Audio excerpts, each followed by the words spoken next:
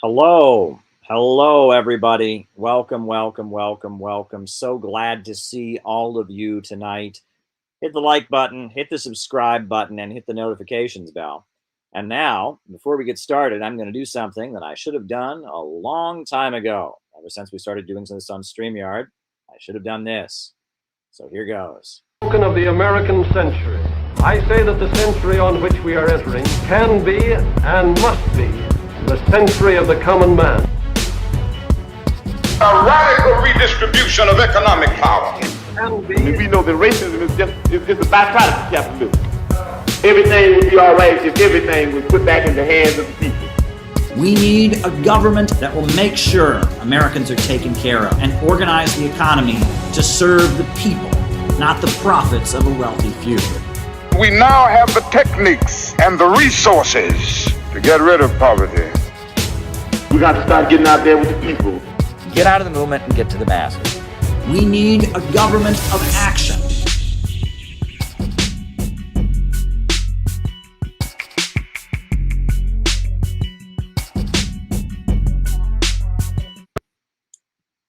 Thanks to all the great people who helped design that lovely introduction. I'm glad that you are all here with me tonight. It's going to be a great stream. Be sure to tweet this out and post this on Facebook and Twitter and Bunker Chan and Lefty Poll and Prol Wiki and Instagram and Reddit and every place videos are posted. So glad to be here with all of you tonight. Saturday night streams are often pretty great. When we go late Saturday night, we get a lot of people in here and they have a lot of fun. So I'm glad that you're all here. I don't know if folks saw earlier tonight, I went on this show with called The Fakertarians. I went on with the Fakertarians, they're called. And these Fakertarians, these are a group of libertarians who go around countering like the alt-right elements in the libertarian community. And they had me on their stream. And that was quite interesting and quite amusing. That was pretty cool. So there was that. I went on with the Fakertarians, and it was much more of a marijuana pot smoking stream, than I expected. It was much more of a, it was like kind of shock jock morning joking stream. We're a little serious around here. We have our little inside jokes, but we're a little serious. But this was much more of a, kind of a stoner stream, but that's okay. I'm glad I was able to go on there and make my contributions. Got to talk about Ukraine a little bit, got to talk about some other issues, so it was worth doing. So I'll probably post some clips from that later. Yeah, I'm going to give my opening remarks like I always do, and then after I give my opening remarks, then we'll do the roll call, and after we do the roll call, at some point, then when the roll call is finished, I'm gonna open it up, or maybe I'll open it up after my opening remarks. We'll see. At some point, I'm gonna open it up, post the StreamYard link, and let you all jump in and make comments and such. And we'll hear from our viewers because people really like it. They really, really like it when we do that. It's been pretty successful so far. That'll be fun. And then I will answer your super chat questions until we're done. I will answer your super chat questions until we're all finished. That's how it will work. So yeah, if you're a big fan of what we're doing here, hit the like button, hit the subscribe button, hit the notifications bell. If there's something you want me to talk about, shout out to you, my darling. If there's something that you would like me to talk about, by all means, send me a super chat and I will write it down. I actually wrote down the two super chats that were in the chat beforehand. One of them was from Defund the Oligarchy and the other was from John McCarthy. So if you have something you want me to talk about in the second half of the show, by all means, just shoot me a super chat question and I will write it down. The shirt is not actually from Africa. It's actually from Guatemala. This is a shirt my wife, who is also from Guatemala, gave me. It's a shirt, but thank you for the compliment. It is not Pan-African. It is Guatemalan, but thank you very much. And how we're going to do it. So a couple things. First things first. Just wanted to give you a little update on what the Center for Political Innovation is involved with.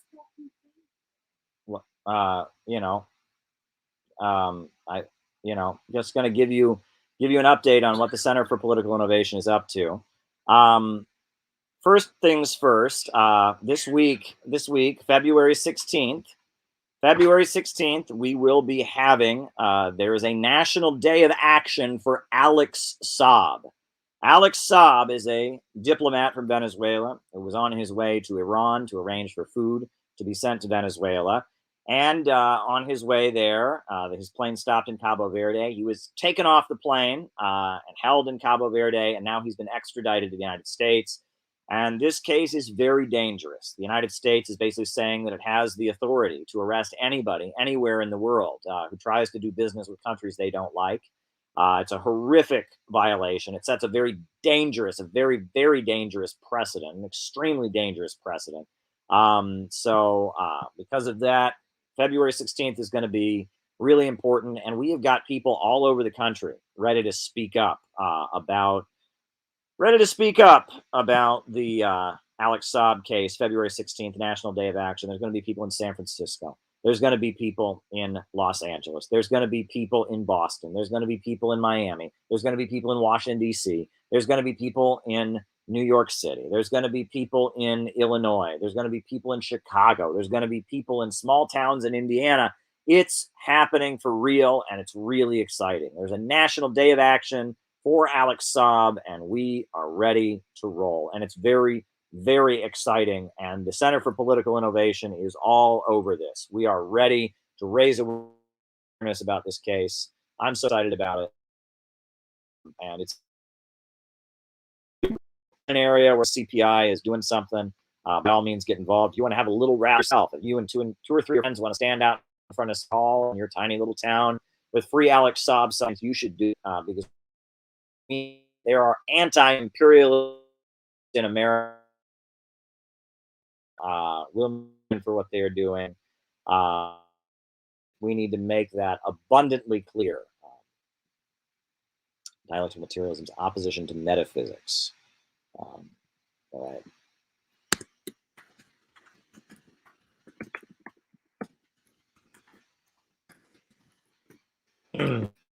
Very good. Wrote it down, Mr. Grimes.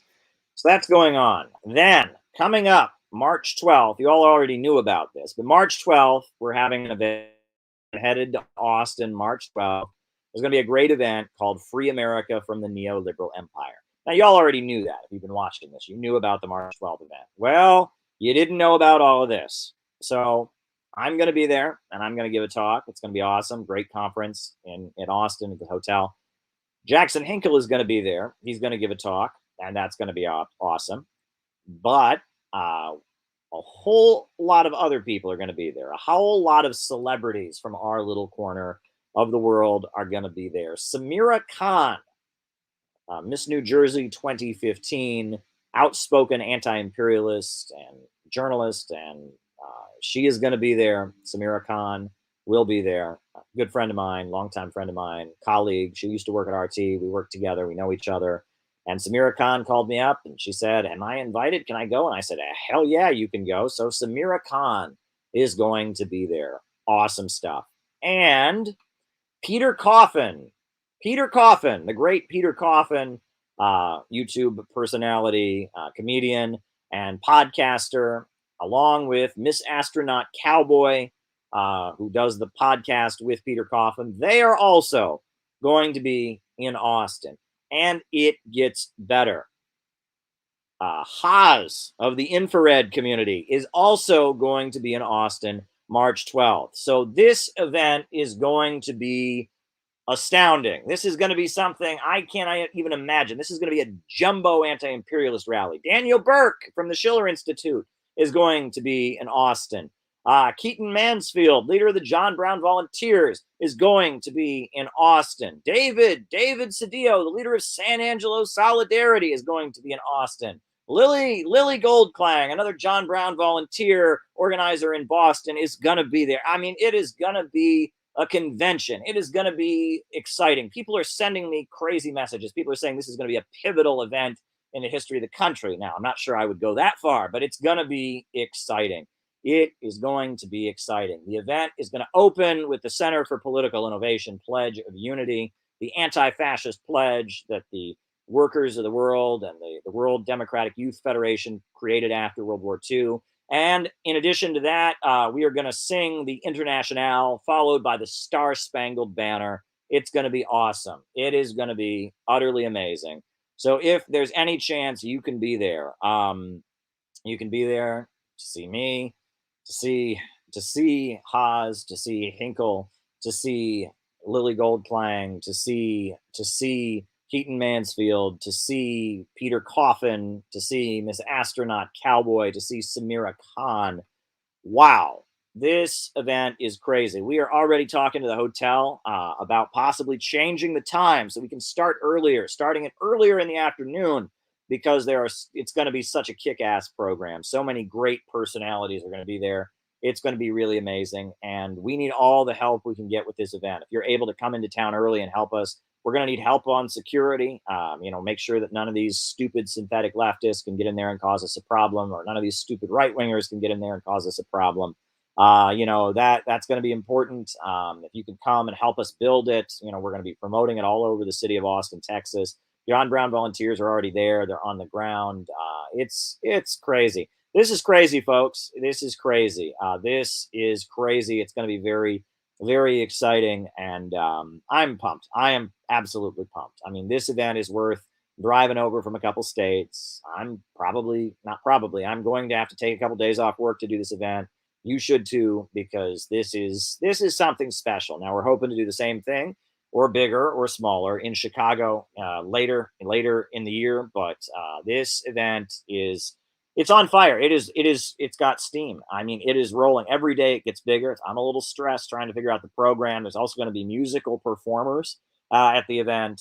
It's going to be something really, really special. So if you can make it, by all means, great. And if you can send us a donation, if you want to shoot me a donation on PayPal to help us pull this event off, because the expenses are adding up, folks. It's stressing me out about finance, but that's good because we're using it for good purposes. So if you can shoot me a donation, shoot me a donation via PayPal, calebmaupin@gmail.com. Shoot me a donation over PayPal. That would be awesome as well.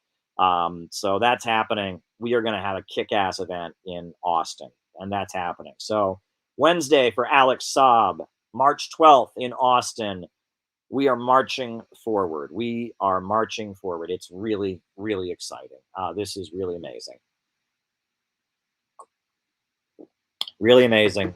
Very exciting. And I mean, who would have thought that the Center for Political Innovation, it started out as an idea that a couple I had with another person. I went out to California to give a talk, and a few fans of this community turned up when we were much smaller, and we had much smaller viewership. And I had an event out in California, and my good friend Justin came to the event. First time I ever met him, he came to the event. After the event, we were walking through the streets of Los Angeles, and he said, "Caleb, what are we going to do? What are we going to build?" And I said, "Well, how about we build a think tank?" And he said, "All right, I'm on board." And then we started having Zoom calls, and one thing led to another, and now we have the Center for Political Innovation. We are the city building tendency. We are marching ahead, and it's really, really exciting. And you can be part of it. You can sign up now. The membership for the Center for Political Innovation is open. If you go to the website, you can become a member of the Center for Political Innovation, a full-fledged member by filling out the form. The membership has been opened, and people have been joining ever since yesterday. Membership applications have been flooding in. Official membership is open. It's no longer an association. It is an official group. You can become an official member of the CPI by pushing the right buttons right now. We've got locals in Chicago. We've got locals in DC. We've got local organizers here in New York. We got local organizers in Texas. We got local organizers in California. It's happening. It's happening. So wow. I mean, this community is growing, and it's on fire. And we are getting amazing things done, and you are part of it, and you are part of it. And this YouTube channel is a big part of doing what we're doing. And keep in mind, we're now on Rockfin. Keep in mind, we are now streaming on Rockfin. There's a few people watching on Rockfin. Who's watching on Rockfin right now? There's 4 people watching on Rockfin right now. And, you ought to go and subscribe on Rockfin right now because we don't know how much longer YouTube is going to tolerate us. YouTube is known for censorship. Those Silicon Valley fascists have got a I've got to watch out for them. So, we want to keep our channels of communication open. And if they dump us off of YouTube sometime, or they demonetize us, or whatever the hell they do, we want to be ready for them. We want to be ready for them. So there you go. There you go, folks. That is my update on the Center for Political Innovation. And that brings me, my voice is a little shot because I did the podcast with the libertarians. So maybe we won't go as long tonight as I thought, but I feel like we will. I just have to keep drinking water. But anyhow, I wanted to mention that Joe Biden is the starvation president. Joe Biden is the starvation president. That's really what he has accomplished. I think Joe Biden will be the starvation president. Folks, Afghanistan was occupied by the United States for 20 years. There were drone strikes. There were killings. The country was kept in instability. Terrorist groups got stronger as a result of the U.S. occupation. Drug gangs got bigger as a result of the U.S. occupation. Heroin flooded the world market as a result of what the United States did in Afghanistan. And the USA was not in Afghanistan for a year. Wasn't in Afghanistan for 2 years. Wasn't in Afghanistan for 3 years. The United States occupied Afghanistan for 20 years. The United States occupied Afghanistan and killed people and tortured people and droned civilians. And it was awful. It was awful. And then, after keeping the country unstable for 20 years, after helping terrorist groups expand for 20 years, after letting terrorist groups that attack Iran, attack China, and attack Russia set up shop in Afghanistan for 20 years, 20 years of instability, Joe Biden said, we're out of here. And he pulled all the U.S. forces out in a very chaotic way. But then the icing on the cake was he froze all of Afghanistan's money. All the money of the Afghan government. All the money of the Afghan government, the government the U.S. occupiers set up, was frozen. They froze it in U.S. bank accounts. And then, as the USA pulled out, a crisis of malnutrition set in the country. People are starving to death. And did Joe Biden then say, oh, okay, you can have your money to feed your people? No. No. And on Friday, Joe Biden announced he was taking the Afghan government's money and giving it to the 9/11 victims. Now, I obviously have no animosity toward the 9/11 victims. It's awful what happened to their family members. And, I'm not mad that they're getting money. That's not what I'm mad about. I'm mad that Afghan children aren't getting food. The Afghan people had nothing to do with 9/11. 9/11 was carried out by Joe Biden's buddies, the Saudis, the Kingdom of Saudi Arabia, the people he's giving drones to kill the people of Yemen, the Saudi king, King Salman, Mohammed bin Salman, the crown prince, his buddies, a wealthy Saudi named Osama bin Laden is the one who carried out 9/11. But the money of the Afghan government is being given to the 9/11 victims' families. And this crisis of malnutrition in Afghanistan is continuing. The Afghan people are starving. And this is a man-made famine. They always tell us about, oh, you can't support communism because of a man-made famine in China. You can't support communism because of a famine in Ukraine. This is a man-made famine. Joe Biden is starving the people of Afghanistan.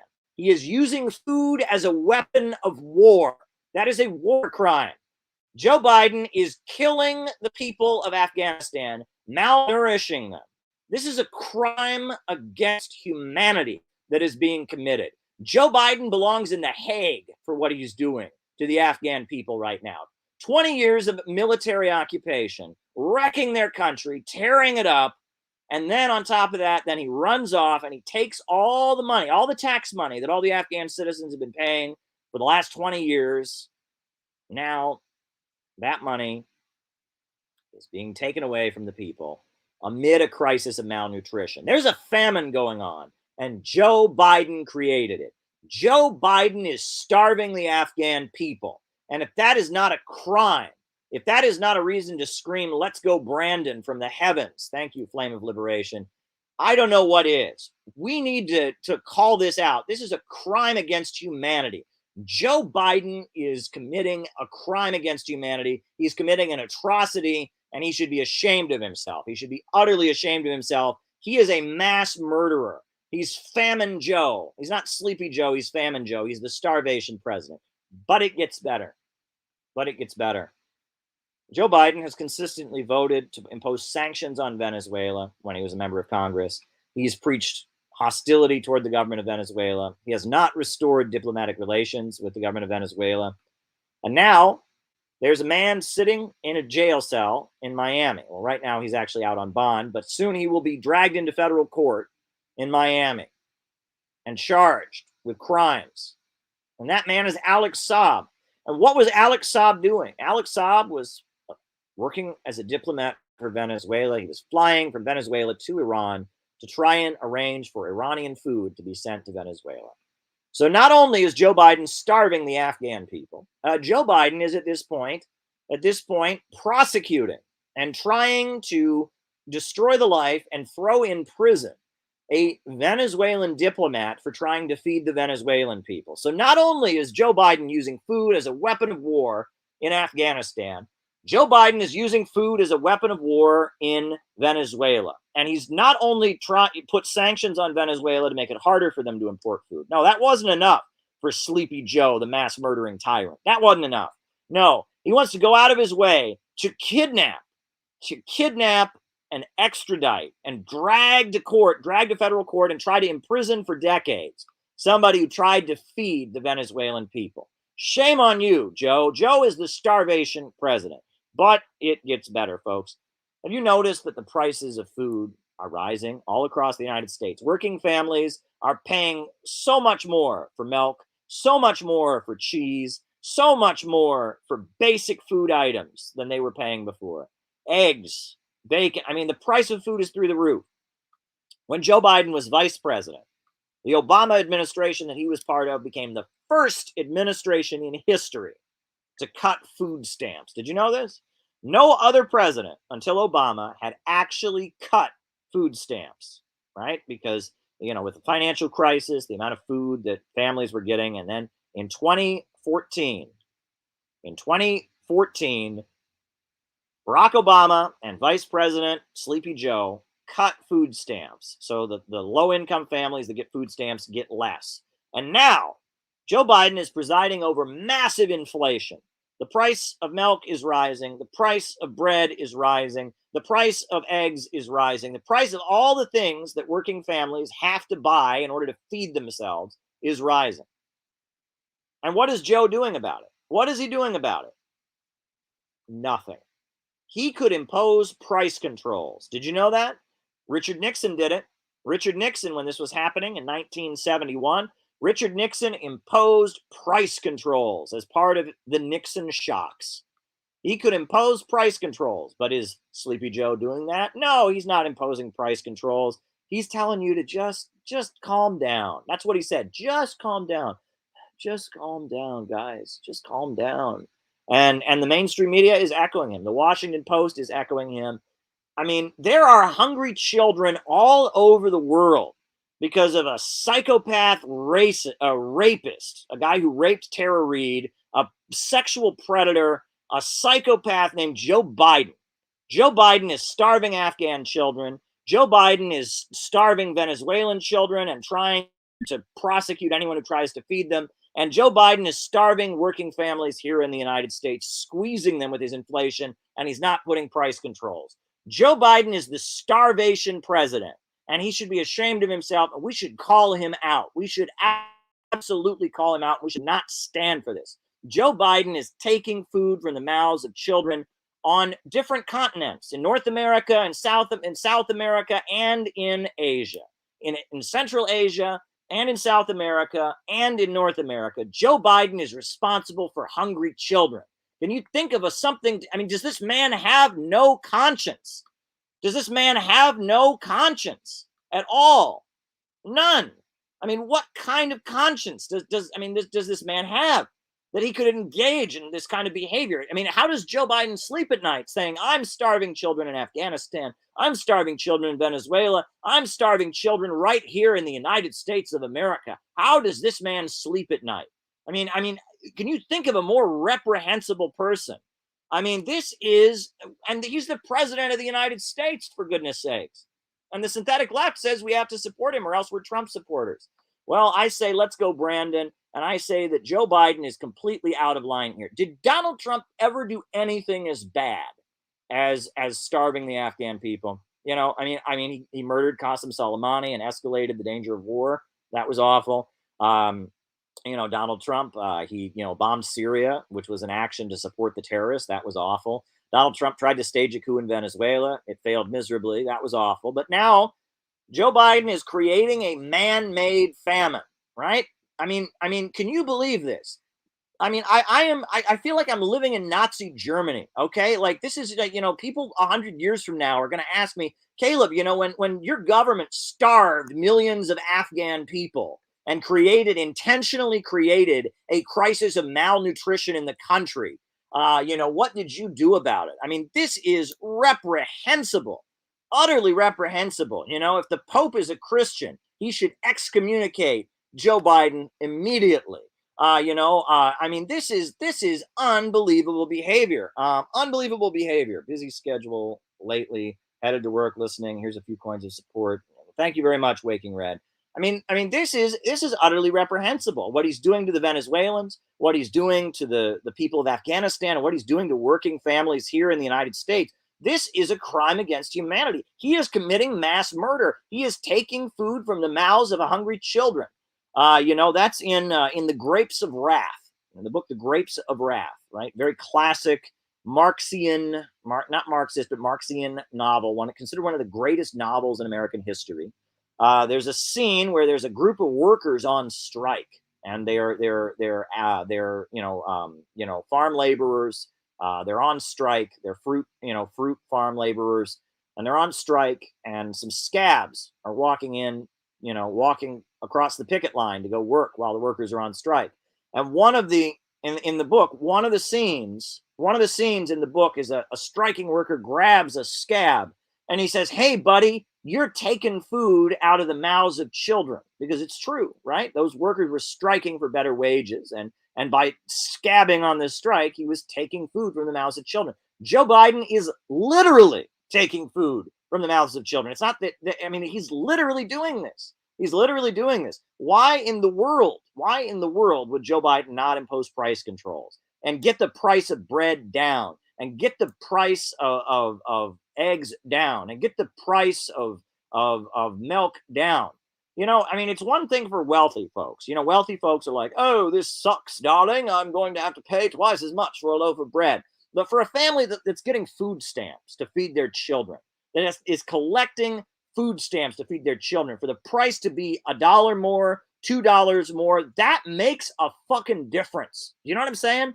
That makes a difference. That cuts into their pocket. This is an emergency. When the banks, collapsed. You remember this? 2008, 2009, when the banks collapsed, they had the bailout. Well, those banks are too big to fail. It's an emergency. When families have to pay twice as much for food in Ohio and Michigan and Pennsylvania, that's a fucking emergency, Joe. That's an emergency. Why isn't Joe swinging into action right now? Why is he doing this? Why is he doing this? He's letting American families go hungry. And this is unbelievable. And he's starving Afghan families, and he's wreaking and being ruthless to Venezuela and going after Alex Saab. Joe Biden is the starvation president. That is what he is. And we have got to call him out for this. He's Starvation Joe. That is what he is. And I don't ever want to hear anyone tell me about these man-made famines in the Soviet Union. Shut the fuck up with your man-made famines in the Soviet Union. Oh, Stalin had a policy. There were famines all the time before the Soviet Union. Did you know that? Every year before the Soviet Union, there were famines. People starved. And it was because of the Soviet Union, because of Stalin and the 5-year plans. They built tractors, and they mechanized agriculture, and they built the modern collective farm system. So yes, were there famines in the Soviet Union as they were building the modern agricultural system? Yes, but they solved it. They're the ones that cured starvation. The same for China. There were famines all the time, before China had socialism. Before the Communist Party came in, there were famines all the time. The British Empire, created horrendous famines in China. But the only reason that China has become the second largest economy in the world and doesn't have horrendous famines like that anymore, has eradicated extreme poverty, is because of the Communist Party. It's the Communist Party that created modern China's food system. So I never want to hear this again, that communism is bad because of starvation. Because right now, Joe Biden is intentionally starving people. He is starving people. In Afghanistan, he's starving people. He's starving people in Venezuela, and he's starving people right here in America. And he has the power, with the stroke of a pen, he could make an executive order and give that money to the people of Afghanistan to feed them, but he doesn't do it. With the stroke of a pen, he could call up the Department of Justice and say, drop it against Alex Saab, send Alex Saab back to his family in Venezuela, but he doesn't do it. With the stroke of a pen, he could sign an executive order. He could sign an executive order and price controls would be imposed and the price of bread would go down and the price of milk would go down, the price of eggs would go down, but Joe Biden doesn't do it. So don't ever tell me about these, there's a man-made famine because of communism. Oh, shut the fuck up. Joe Biden is a man-made famine. That guy is creating man-made famines in 3 different continents right now. He's a global faminator. Is that a word? That sounds like a Bush word, right? George W. Bush would be like, he's a global faminator. I am the decider, and he is a global faminator.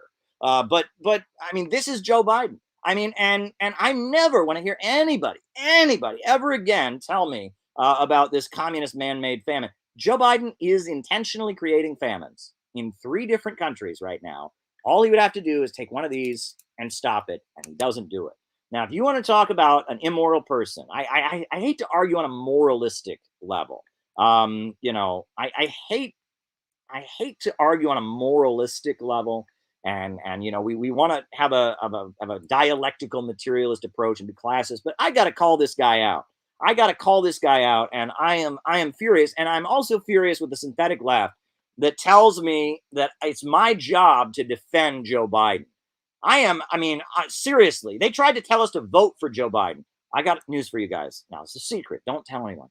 I didn't vote for Joe Biden. Now, don't tell anybody. It's a big secret. Big secret. Big secret. I'm sure you all thought I did, but I didn't vote for Joe Biden. And, but I got to think about this. Do you remember that video that ContraPoints made where she compared not voting for Joe Biden to suicidal ideation?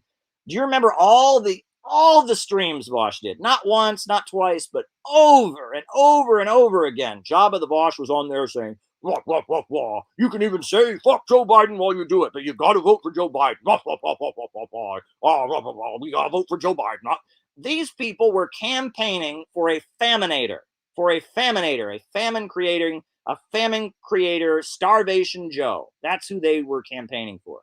And these people want to lead the socialist movement, and we're supposed to be silent about it. We're just supposed to be, oh, okay, sure. The Jacobinites, were campaigning for Joe Biden. The Jacobinites, the DSA shills, and they want us to vote for Joe Biden. I mean, this is unbelievable what Joe Biden is doing. He is committing crimes against humanity. Why is he starving the Afghan people, folks? Why is he starving the Afghan people? Why is he doing that? Well, Joe Biden is starving the Afghan people because he wants to create instability in Afghanistan. When people are hungry, they riot and they turn to drugs and they turn to terrorism. Lesser evilism gets us nothing.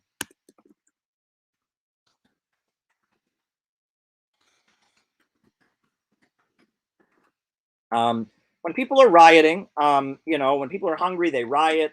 They fight, they join drug gangs, they join terrorist groups, they do what they have to do to survive. And Joe wants Afghanistan to be unstable. And he's hoping that the starving people of Afghanistan will become more unstable. And that instability will spill over the border into Iran. It'll spill over the border into China. It'll spill over the border into Russia. That's what Joe Biden wants, right? For his own selfish, manipulative reasons, he's creating a man-made famine in Afghanistan. After 20 years of instability and occupation, he's creating a man-made famine in Afghanistan with the hope of basically creating instability in the country for his own selfish reasons. So, I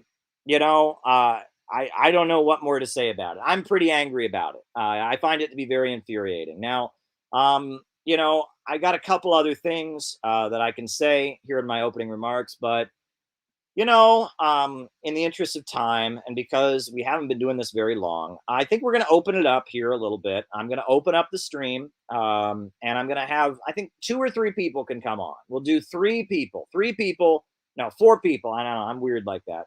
4 people can come on the StreamYard. Now, the rule is I have to be able to see your face. That's the first thing. I must be able to see your face. I must be able to see your face if you come on, number one. And if it gets ugly or and all that, you're getting out of there. So, you know, there's that. No, Brave New Perth is one of these haters. But, you know, anyone who wants to come on, I just posted the StreamYard link. I just posted it, the StreamYard link. I'm posting it in Rockfin also. Oh, and Lumpia Logic sent me a tip on Rockfin. Thank you very much. Glad you did that. And there's the StreamYard link. So if you want to come on and say a few words, you want to talk to our audience, you can just pop on in. I just posted the StreamYard link, just posted it. So if someone hops on, I have to be able to see your face. But yeah, you can hop on. So there you go. I'm opening it up for like 2 or 3 comments. Then I'll finish my opening remarks. Just post. All right. So we got a few people who want to come on here. Just sent out the StreamYard link. I'll post it like one more time, and we'll do 4 people. 4 people. I think that's the max that we'll do. Make sure. I think it works better if you're using a laptop rather than a phone. That tends to work better. So we'll do it that way. And like I said, if there's any funny business, it ends. But all right. So first person is Lily Goldklang. How you doing, Lily? Great. How about yourself, Caleb? Great to be back on here. I'm great. What's new, Lily? Well, I just kind of wanted to come on and talk about the National Day of Action that's coming this February 16th, which is this Wednesday. So we've got CPI people doing things all across the country. We've got CPI people attending big rallies in Miami, New York, DC. I'm putting on something here in Boston. We've got great CPI people working on stuff in the Bay Area, San Francisco, Los Angeles. We're really demanding that the United States has no right to arrest Alex Saab, right? So first, the sanctions have been deemed illegal internationally. The sanctions on Venezuela. Alex Saab was not on U.S. soil. I mean, disregarding the illegal stuff, right? Sorry, I was distracted by that chat. Thanks for the support. I very much appreciate it. Sorry. But yeah, so it was he was traveling between 2 sovereign countries, stopped in another sovereign country, Cabo Verde. None of those are the United States, breaking news. And, he's scooped up for this. This is a total violation of international norms, international law.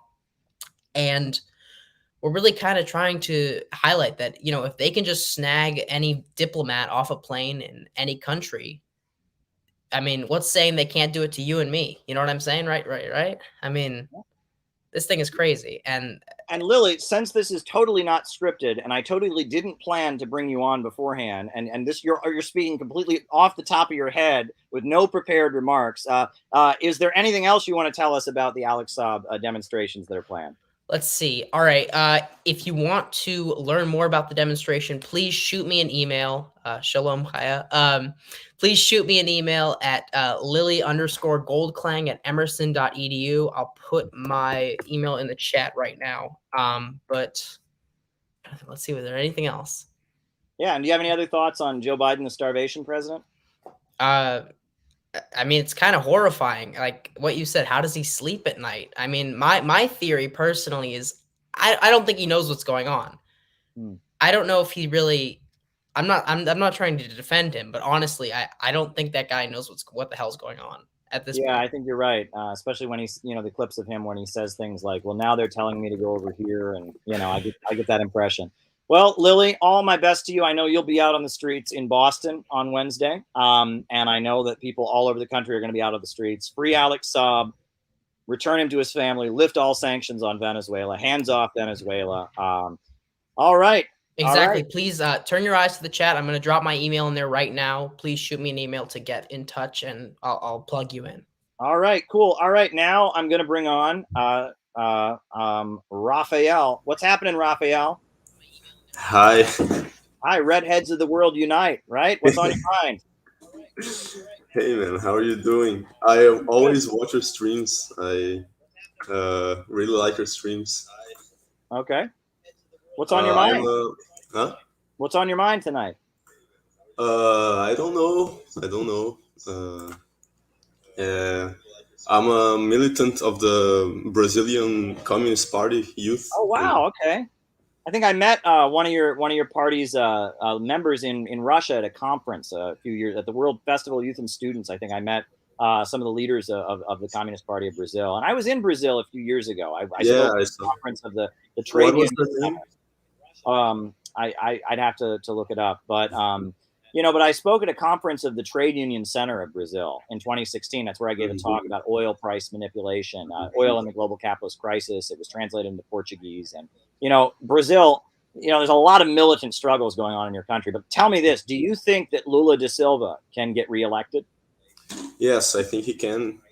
I think he probably will if he isn't stopped from participating in the elections, which is a very it's a probability. But uh, he um, he doesn't propose anything that would take Brazil out of a neoliberal situation. Mm. He's he would.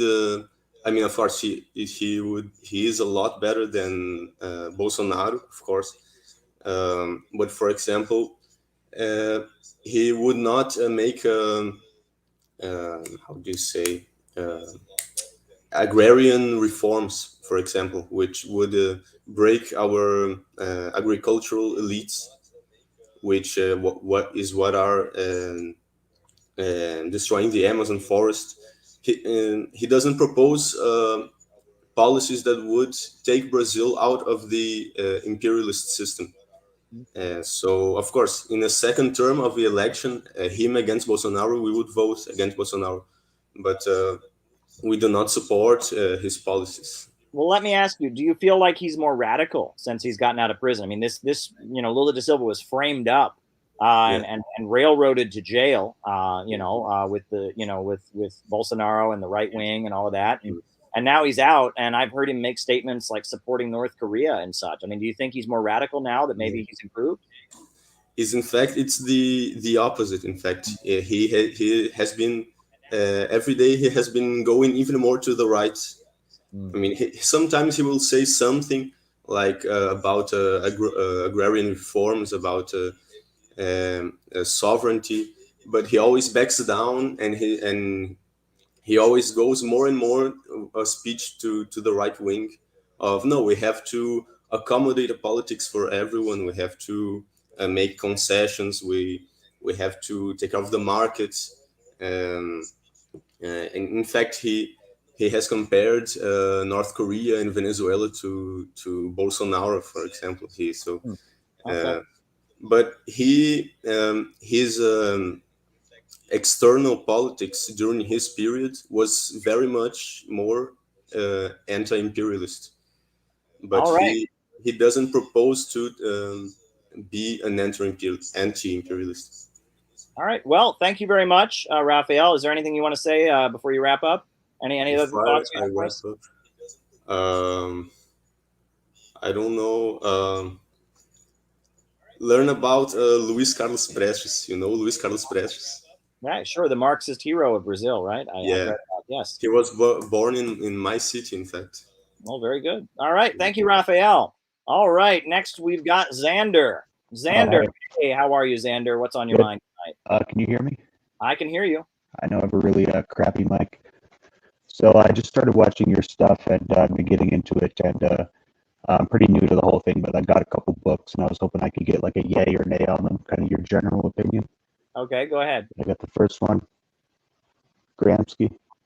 Okay. I'll give it an Ran on that one.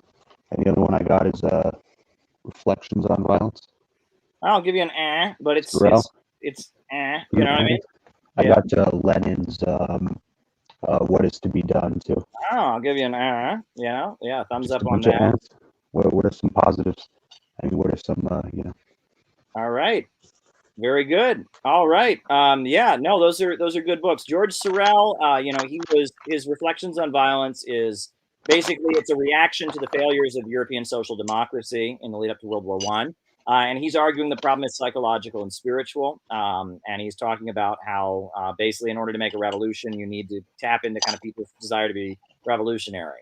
And you need to kind of activate a group of people that are fanatical. And it's interesting to read, but ultimately, some of those arguments were used for fascism. That's kind of, that was kind of the pipeline to fascism. I think Benito Mussolini was a Sorelian, before he became a fascist, and I think Franco in Spain also was influenced by Sorelianism. As far as Gramsci, now Gramsci was a Marxist, leader of the Italian Communist Party, but he was put in prison by Mussolini. And in prison, he wrote a bunch of letters explaining like Marxist ideas and Marxist critiques of culture. However, he had to write them in code because he couldn't, if he was writing about Marxism, the censors of the prison would rip up his letters. So he wrote them in code. And then in the 60s and 70s, they were published and they became really popular in academia because of the fact that it was talking about kind of Marxist concepts without Marxian terminology. And so like liberal academics could use it and not have a problem, right? And the prison notebooks. And he's arguing for like a cultural struggle against capitalism. Right, that it's about infiltrating cultural institutions. He's critiquing consumer culture, and I've read some of them. His writing about Henry Ford and Taylorism is very interesting, and I read that one. Yeah. I recommend reading. Both of those books you held up. I recommend them, but those first two get an Now that third book, What Is to Be Done, and I kind of feel weird saying it because it's probably much harder to read than the other two you listed. What Is to Be Done is very difficult to get through. But it's a really important book because that's where Lenin pitched his idea of building a vanguard party, a party of a new type that engages in propaganda and agitation and democratic centralism, right? It's a very important book, but it's very hard to get through. The best advice I ever got about the book, What Is to Be Done, is to read it backwards. Read it backwards, in backwards order. Read the chapters, starting with the last, the conclusion, and then the chapter, and then go back. And the book is written, it starts out with a very specific argument about freedom of criticism. And then from there it expands, and then it expands. And then the final part, he gives you the entire history of Russian social democracy. Now, when you're reading it, like almost well over 100 years later, if you start with the entire history of Russian social democracy, and then you read about this, and then you read about this, and then it makes much more sense. That's my advice about reading that book. But it's a really important book. He talks about why Marxists don't believe in terrorism and left adventurism, and why they oppose that. He talks about why bowing to spontaneity and tailism, which is what most of the communist groups do now. Whatever is trendy, whatever activists and liberals are doing, Black Lives Matter, Occupy Wall Street, whatever is trendy, they just run behind it and pretend to support it. He says that's exactly what you should not do. Instead, you need to be giving revolutionary ideas to the working class, and you need to be agitating and propagating. So he talks about that. It's very important. It's a really important piece of writing. And so I really hope that you will read What Is to Be Done and dig into it. And honestly, I don't think, it was written for a different time. And that, the Center for Political Innovation, which is a think tank I'm working with, we are not a democratic centralist organization.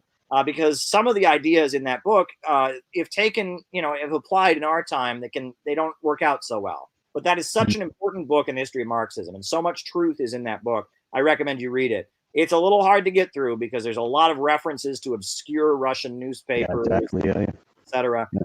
But that is a really great book. So that's really great, Xander. I hope you have a good time with those books, and I wish you all the best. Okay, thanks for coming on. Yeah. All right, next we got Dust James. What's happening, Dust? Hey. Dust James.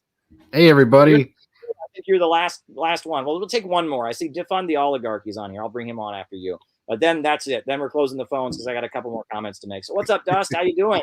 The Marxist-Leninist trucker himself. The interview that was heard around the world. Your interview on the trucker protest was utterly amazing, and many people watched it. How you doing? I'm doing all right, brother. I'm glad to hear that.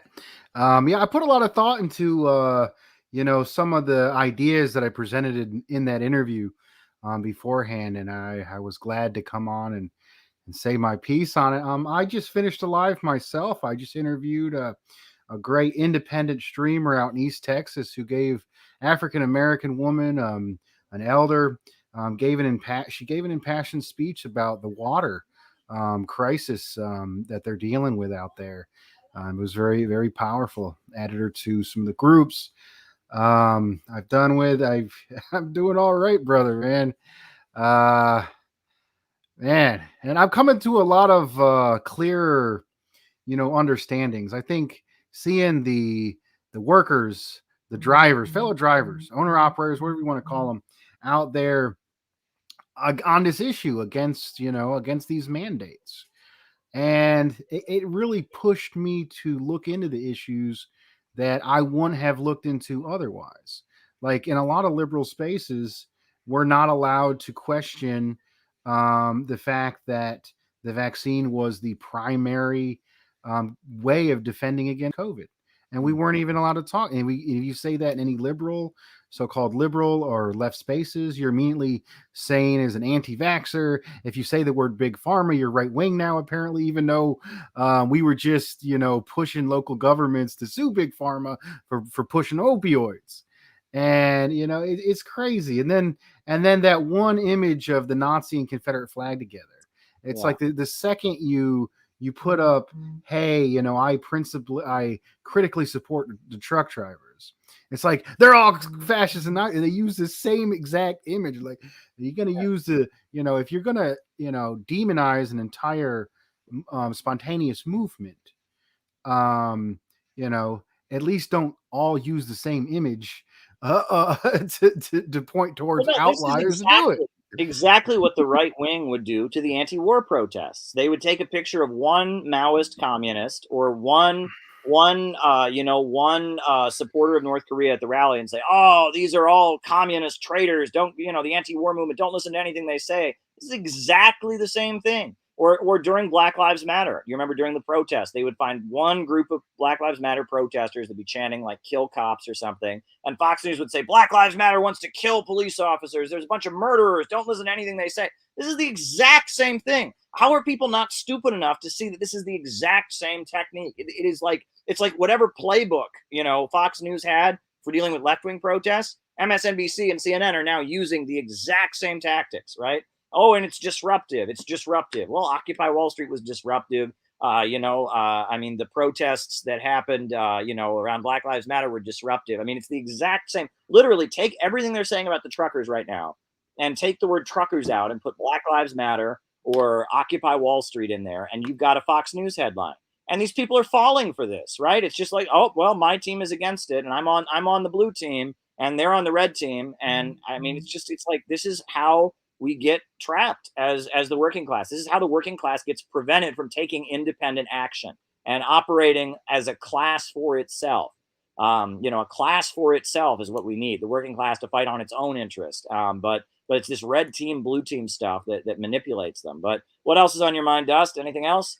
Yeah, I mean, it kind of opened up my eyes the way, workers are demonized. I'm a big fan of Lenin and his phrase, workers and oppressed peoples unite.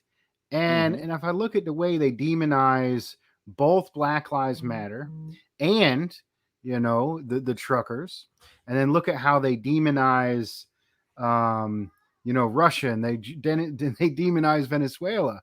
It's the same tactics. The same way they call African American folks thugs, and the same way they call people in the holler or people in rural areas hillbillies or rednecks. I mean, it's the same strategy to keep people in line. And I'm sick of it. I know you don't like to talk smack about people, but I was really upset about some of the stuff that Ben Norton said, about very superficial. I'm seeing this from a lot of places. Very superficial level analysis. It's, hey, they were backed by an anti-immigrant right-wing group, therefore you should not support them. The Teamsters and put out a message against them, therefore you should not support them. I mean, to the first point, so that's the equivalent of Fox News saying, hey, George Soros supported Black Lives Matter, therefore you should not support them. And also, the Teamsters Union has been absorbed into liberal politics.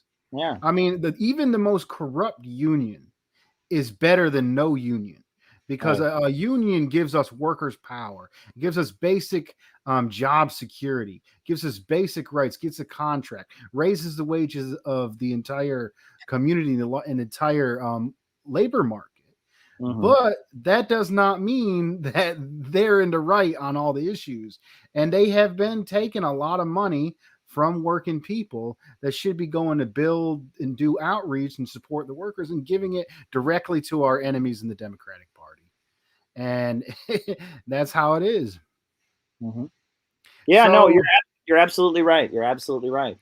and so the reason why I'm upset about Ben Norton doing it is Ben Norton. There's a lot of these people who are our allies. I ain't gonna name names, and they'll be with us and calling out the sheepdogs. They'll be like, AOC messed up on this. Bernie Sanders is still in with the imperialist camp. We need our own independent power. But and they'll also be with us when it comes to calling out Russia. I mean, calling out the demonization of Russia and against the attacks Sure. against Russia, anti-imperialist stuff. But then when it comes time to seeing the demonization against working people, and people who are considered on the right, and people in rural areas, they can't get out of their liberal bubble. And I think a lot of it Yeah. has to do with their economic and social base being in the professional managerial class. They're linked to it. Mm. And that's part of the reason why they go along with the establishment's demonization of working people. You are absolutely right. And we have a super chat from David Fox about the best way to eliminate racism is the union picket line, and I'm definitely going to address that. And also a big part of it is, it's not a secret that Ben Norton hangs out with the Party of Socialism and Liberation, the PSL.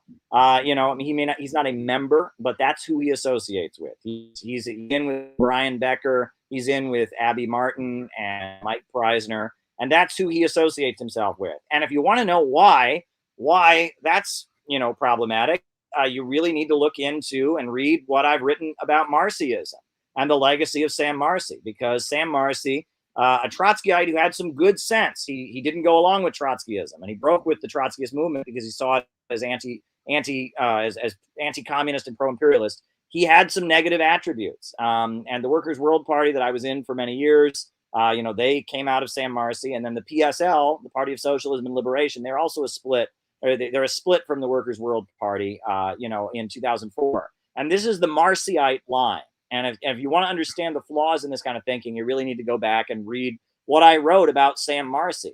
So I hope people will do that. And that's included in the new book, by the way. The new book, Ideological Foundations of the City Building Tendency, has that Sam Marcy, has my critique of Sam Marcy in it. So I just wanted to throw that out there. Is there anything else you want to add, Dust, before you go? No, thank you for all you do, and have a good one, brother. All right. Thank you, Dust James. Always a good friend of what we do here. Dust James, the Marxist-Leninist trucker. And our last call of the evening. Last call, final call. Defund the oligarchy. How you doing, Mr. Defund? Hi, how's it going? Good, good. Can you hear What's me? new?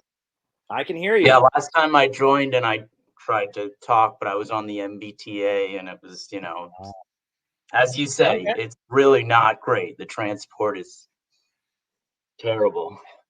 All right. So what's on I your was mind? living in China before I came to Boston, and the transport in China is far superior. Yeah. So what's on your mind tonight? Well, I was just thinking about a lot of the stuff you said, and I recently read your book, Red Tube.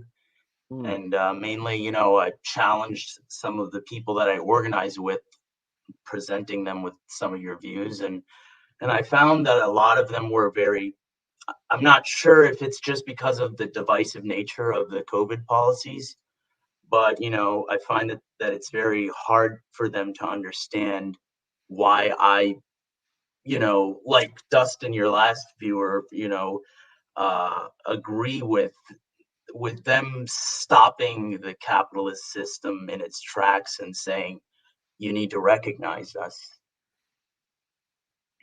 Yeah, no, and I think you're absolutely right. And it's very difficult. And I mean, look, I don't, as far as vaccine mandates, I respect the fact that workers don't want to be told what to do about vaccines. I respect that. Now, I don't get into the science stuff. I am not a health expert. I don't know if mandates are if total vaccination is the best policy or not. And if I start to open my mouth about that, I'm going to say something that someone's going to be able to debunk, and I'm going to look like a fool. And that's not the point. The point is, there's a group of workers who aren't for it. They are taking action, and you know, when they're in motion, we may not even agree with their demand. Now, I do agree with their demand, but you know, but I don't necessarily back any of the claims of the science behind it. I just agree with their demand. But that said, you know, we have to be able to relate to these people. These people are actually doing it. They're shutting stuff down. They're in motion. And if our attitude is just to, you know, is just, oh, well, you know, they're right wing, they're backward. You know, that's just a way to guarantee our isolation from the broad masses of people. So there you go. Do you have anything else you want to say, Defund, before you go? No, sir. No, All sir. right. Just thank you for all your work. Sure, and I'll keep going, and I'm sure you'll come back on sometime soon. So thank you. All my best. Yep. All right. All right. John McCarthy, sent us a super chat. I'm trying to put it on. Ben Norton's doing amazing work in defense of Russia, China, and Iran. I don't care about his position on max mandates one day or the other. That's a very good point, John. He wasn't so hostile to a group of workers who were challenging their employers, and you know, I mean, this attack on workers of the right wing is not helpful. You know, and that, you know, we should be able to relate to these people despite you know, whatever's out there. But yes, Ben has done amazing work on and investigative work. You know, I've quoted him. He's the one who exposed that Jacobin magazine was funded by a pro-Israeli lobby group. That was him. Good for him. You know, Ben, I respect Ben in a lot of ways. I think he's dropped the ball here. And I think it's the result of the fact that he's hanging out with Marcyites, and that Marxism has a flawed tactical orientation, that the tactical orientation, build the movement, take over the movement, that Sam Marcy dedicated himself to, is a problematic tactical orientation. So there we go. But yeah, folks, you know, my voice is starting to fade. So why don't we do our roll call, and then I'll start answering super chats, and then we can be out of here. So roll call, names and locations. I will call you out as I see you. Names and locations. Who is with us tonight? Names and locations. I will call you out as I see you. Give us some names and locations. We'll do our roll call. Kendall in San Diego, Atlanta, Georgia, Dusk James, kind of sad about Max, Micah, Las Vegas, David in China, St. David's, Bermuda, Brazil, Mo in Toronto, Xander from Colorado, Alan in Utah, Ben in Suffolk County, Cleveland Pirate Alex, Nathaniel from Washington, Sam in Australia, Bob Troy in New York, Vancouver, Canada, Daniel, all my lovely California apartment, Don D in NYC, shout out to you, Don D, good friend of what we do here, Piano Man in New York City, Patrick from Rhode Island, Jeff in Grand City, Arizona, Max in DC, shout out to you, Max, Bendigo, Australia, Cincinnati, Ohio, Jenny Lynn, shout out to you, David Fox in Bendigo, shout out to you, David Fox, Elias from Wisconsin, Olympia Logic, Mindanao to Midwest, Stephen from Riverside County, California, Vicksburg, Mississippi, Kieran from San Diego, Clyde Bank,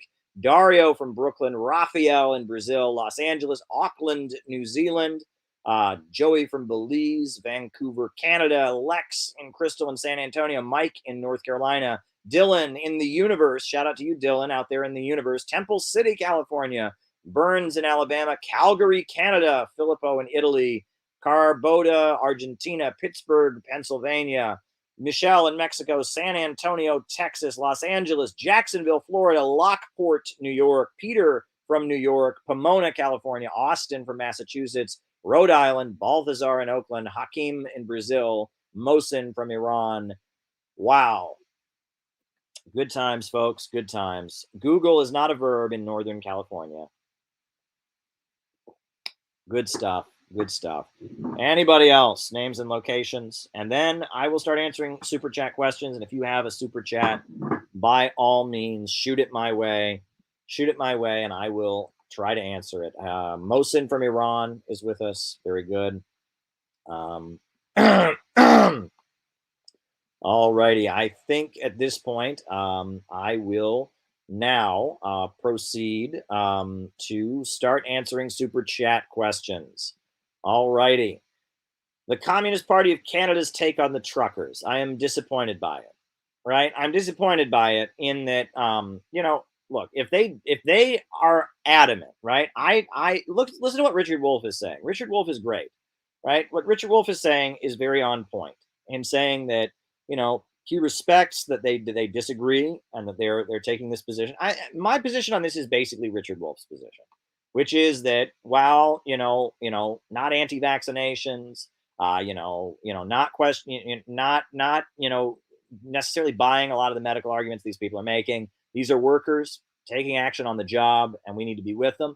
And that said, wouldn't it be great if this expanded to become a movement demanding healthcare for all? And that, in Canada, you do have a healthcare for all system, but demanding that the Canadian healthcare system be amped up and improved, and demanding, full employment and things like that. And it's coming to the United States. It's already coming to the United States.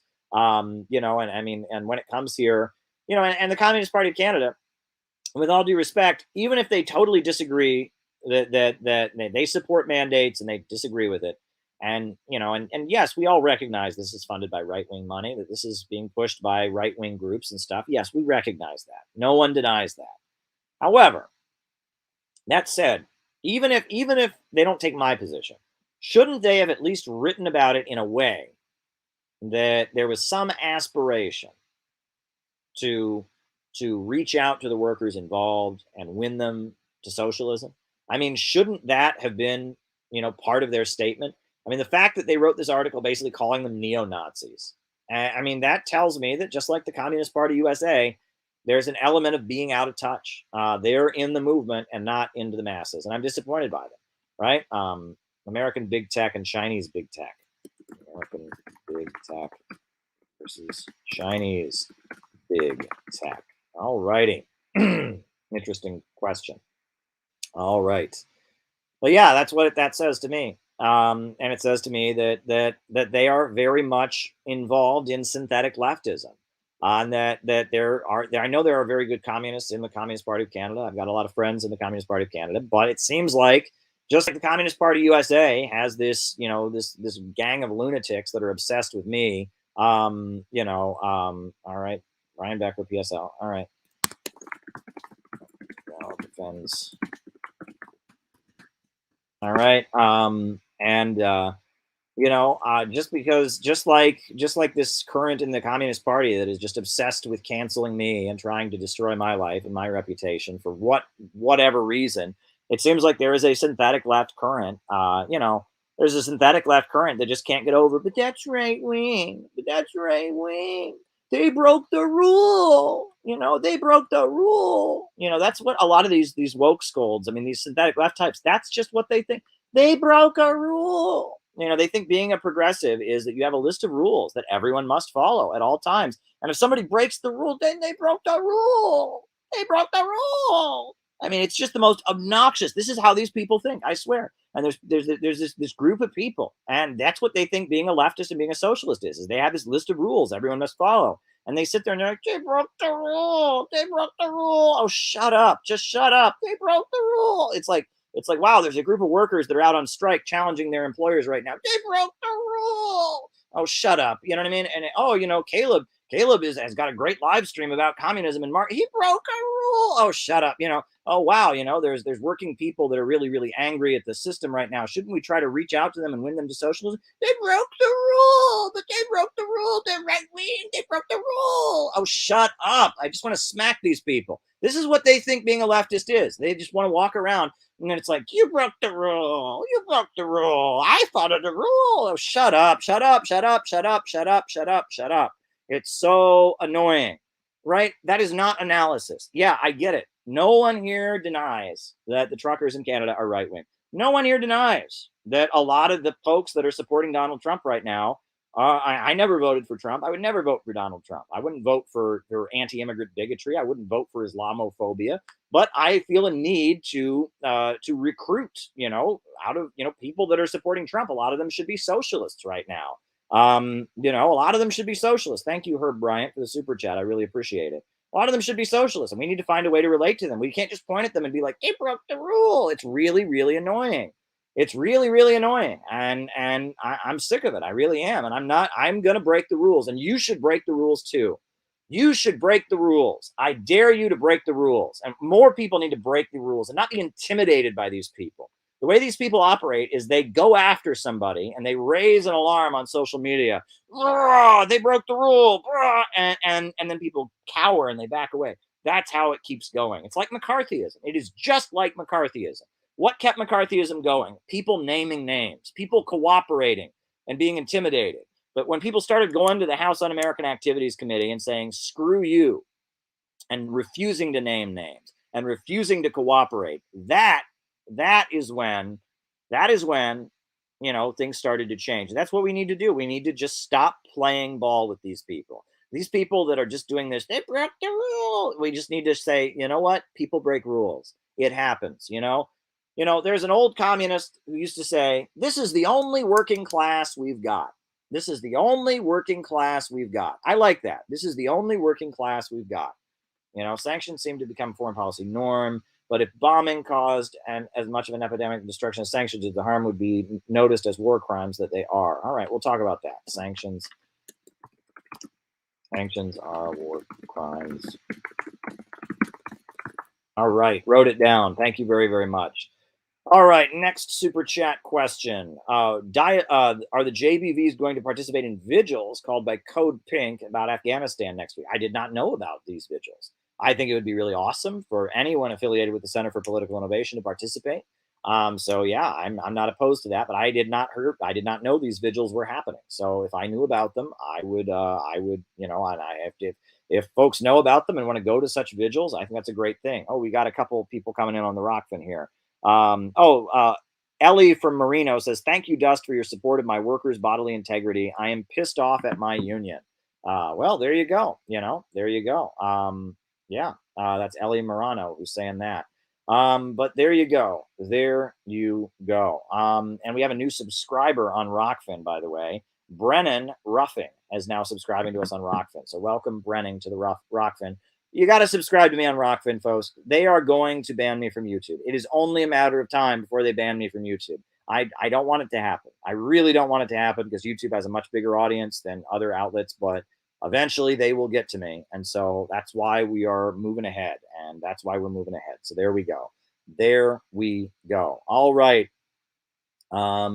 Lesser evilism gets a, oh, no. Next super chat question is, dialectical materialism's opposition to metaphysics. Well, metaphysics. What is the definition of metaphysics? Let's get the correct definition, okay? I think of metaphysics as being like spiritual matters, like, you know, where you go when you die, etc. But I'm going to get you the actual definition here. So, you know, there we go.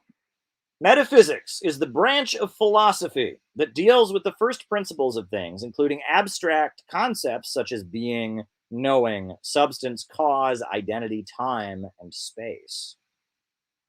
All righty.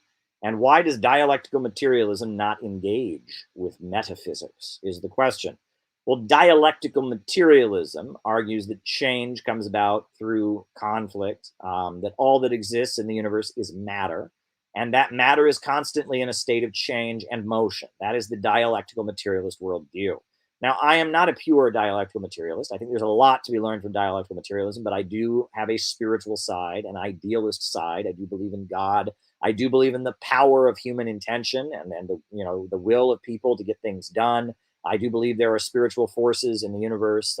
There is good and there is evil. So there you go. There you go. And people are criticizing Abby Martin for her position on Tulsi Gabbard. I'm sorry to hear that, John. And, Tulsi Gabbard is not above criticism either. But, I wish we could all get along. You gain more by working with people than fighting against them. But, I overall, I tend to be sympathetic to dialectical materialism because I'm a Marxist. But why does it not engage in questions like being and knowing? I think the answers itself. You can't really answer such questions without starting to, get into spiritual concepts. Right? Do us all a favor and spend more time answering super chat questions. Don't give quick two-word answers that take time and go on detail in answering. Well, Boston Sports, I like to do that. Some super chat questions I can give long answers to. and some I can't. It really just depends. Like that metaphysics thing. I can't go on and on about that because I'm not a philosopher. I explained what dialectical materialism is. I explained what metaphysics is. I had to look it up because I'm not so much of a philosophy guy, and I gave my answer. Now, I mean, I can't. Some super chats I will answer for a half hour, and some super chats I won't. It really just depends on the super chat. Sometimes a lot of super chats I get, and people are like, "Hey, what do you think of?" And I'm just like, I don't know. I mean, and I mean, I can't. Do you want me to bluff? That would be the worst bullshit in the world, right? If someone's like, "Hey, what do you think of Benjamin Harry rigmarole?" And I was like, well, I haven't had yet enough opportunity to study Benjamin Harry rigmarole, but I was discussing Benjamin Harry rigmarole with my friends over at the bowling alley the other day, and I noticed that when examining the writings of I mean, you don't want me to bullshit, do you? If I don't know about something, I'm honest about it. I just tell you, I don't know. And I get that a lot. People jump in on here, hey, tell me about some obscure thing. And I do a pretty darn good job of that. I know a lot of obscure things. If there's anyone who knows obscure things, it's me. All right? I mean, seriously, right? How many times have people hopped on here and asked me about obscure stuff? But there are some obscure things I do not know. I know a lot of obscure things. My head is full of useless trivia, obscure Marxist history. I can opine about arts. I can opine about sports. I can opine about all kinds of things. But every so often, someone asks me about Benjamin rigmarole, and I just have to go, I don't know, and that's just how it works. Reparations for the oppressed nations, part of CPI. Writing it down. So, I tried to give decent answers. Some answers, questions are going to get longer answers, and some are going to get shorter answers, and that's just how it's going to work. I will try to give an answer to every question, a long answer, a short answer. Chaya, I remember Chaya asked amazing questions. She would ask me like questions that would just get me going. Can you talk about this? And I would just start answering it. Boom. And then other people ask me questions that I just don't know what to say. So, I love those super chats that just get me going. If it's on a topic that I like talking about, that I know a lot about, I can just go. There's been times I think I've gone on for 30 minutes answering super chats. I kid you not. There have been answers that I just keep going and going and going. But there are other times like, look, this right now. Look how long I've been answering your question there. Boston Sports. I've been answering your question over a long time. What's a vulgar anti-Stalinist? I can answer that question. All right. Vulgar anti-Stalinist. But I'm just doing the best I can, man. I understand your frustration, especially when someone will super chat me like $50 and then I'll be like, I don't know. And that I feel like a jerk, but I can't talk about things I do not know about. Right? I think at the Scopes monkey trial. That was the trial where John Scopes was a high school teacher. I think he was in the state of Kentucky. He was put on trial for teaching evolution, teaching Darwinian evolution in school. And William Jennings Bryan, the prosecutor, took the stand to testify about the Bible. He was being interrogated by the famous lawyer, Clarence Darrow. And Clarence Darrow was interrogating him about various aspects of the Bible, etc. And at one point, he asked him a question about the Bible, and William Jennings Bryan said, I don't think about things that I don't think about. To which Clarence Darrow followed up with, yes, but do you think about things that you do think about? And I thought that was very funny. The symbolism behind the CPI logo. He doesn't think about things that he doesn't think about. Does he think about things that he does think about? Is the question. There you go. All right. Lesser evilism gets us nothing. I actually would warn people to avoid saying that, because the reason that we don't, generally, the reason I don't generally encourage people to vote for the Democrats or the Republicans is not because one is a lesser evil. It's because they're the same evil. They're the same evil. They're not lesser evil. If there really was a lesser evil, in a lot of cases, as Marxists, we do support a lesser evil. The labor bureaucracy is a lesser evil to the capitalist bosses, right? So we support them, right? An anti-imperialist state that is corrupt and commits atrocities can in some cases be the lesser evil to U.S. imperialism. There are times where you do support the lesser of two evils, but for the most part, in American elections, it's not the lesser of two evils; it's the same evil. That's the thing. It is the same evil. It's the same evil system, and we want to break people out of it. And yeah, that's a common like third party talking point, right? If you vote for the lesser of two evils, you still get evil. But they're not the lesser of two evils. And sometimes in life, you do have to vote for the lesser of two evils. But for the most part, the reason Marxists are exposing, the two-party system is because they're not the lesser of two evils. They're the same evil. Biden was not the lesser of two evils compared to Trump. And there's a strong argument to be made at this point with what he's doing in Afghanistan to argue that Biden is the more evil, right? But, Trump was evil also, but Trump wasn't the lesser of two evils. I didn't vote for Trump because I wasn't sure of that at the time. But, there you go. There you go. All righty. The best cure for racism is the picket line. I've been trying to popularize that slogan. The best cure for racism is the picket line. Go and read the pamphlet by the great Angelo Herndon. Angelo Herndon was a leader of the Communist Party of Alabama. And in 1931, he was sentenced to death in Alabama for the crime of inciting Black revolution. And he was put on death row, and the U.S. Supreme Court ultimately set him free. And he wrote this beautiful pamphlet called You Cannot Kill the Working Class. You Cannot Kill the Working Class by Angelo Herndon. Go and read that pamphlet. You Cannot Kill the Working Class, because he talks in that pamphlet about how the way to cure racism is through finding common ground. Class struggle cures racism. That's not class reductionism. It's the opposite.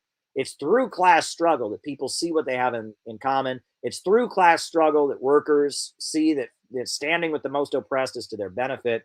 Go Bengals, and happy Valentine's Day to you and your wife, says non-smoker. Well, thank you very much. Thank you very much. The best cure for racism is seeing that we have common economic interests, seeing that helping the most oppressed liberates all workers. There you go. There you go. American tech versus Chinese big tech.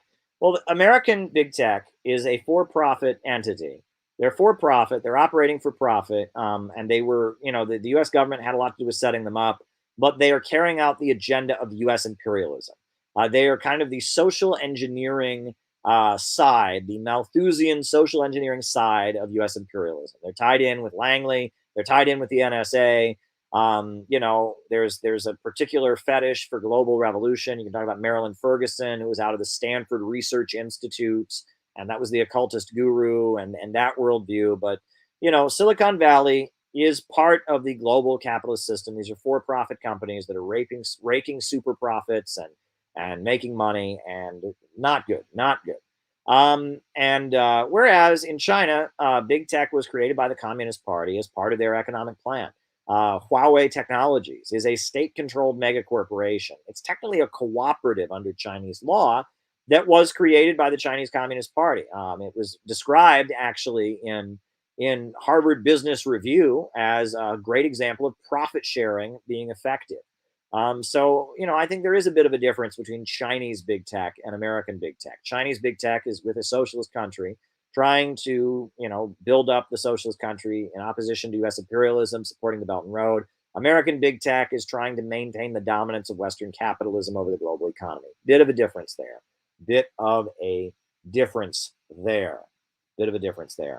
Brian Becker will defend Stalin and the USSR.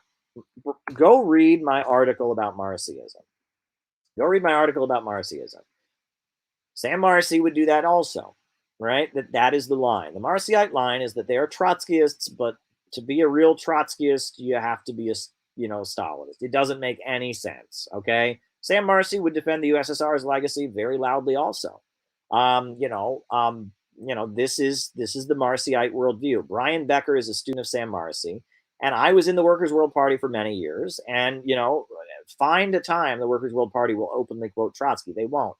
This is part of their line. There's a feeling that Trotskyites around the world are anti-communists, and so defend the legacy of the USSR. And that, it's the Marcyite worldview. You have to understand it. Go and read my article, right? Yes, I'm glad Becker does that. Good for him. I appreciate that. I wish he understood that we have to get out of the movement to the masses, and that tailing after the synthetic left and trying to be king of the protest cage is not a strategy for building socialism in the United States. And that being a movement manager trying to get the permits, what he's done his entire adult life and what really took off with the Answer Coalition is not going to lead us to socialism. We need to get to the masses, and that his strategy is not going to do that. And I wrote an entire document about that, and you should go read it. And I think it's a very fair point. Yes, is it good that he defends the USSR? Sure, that's great.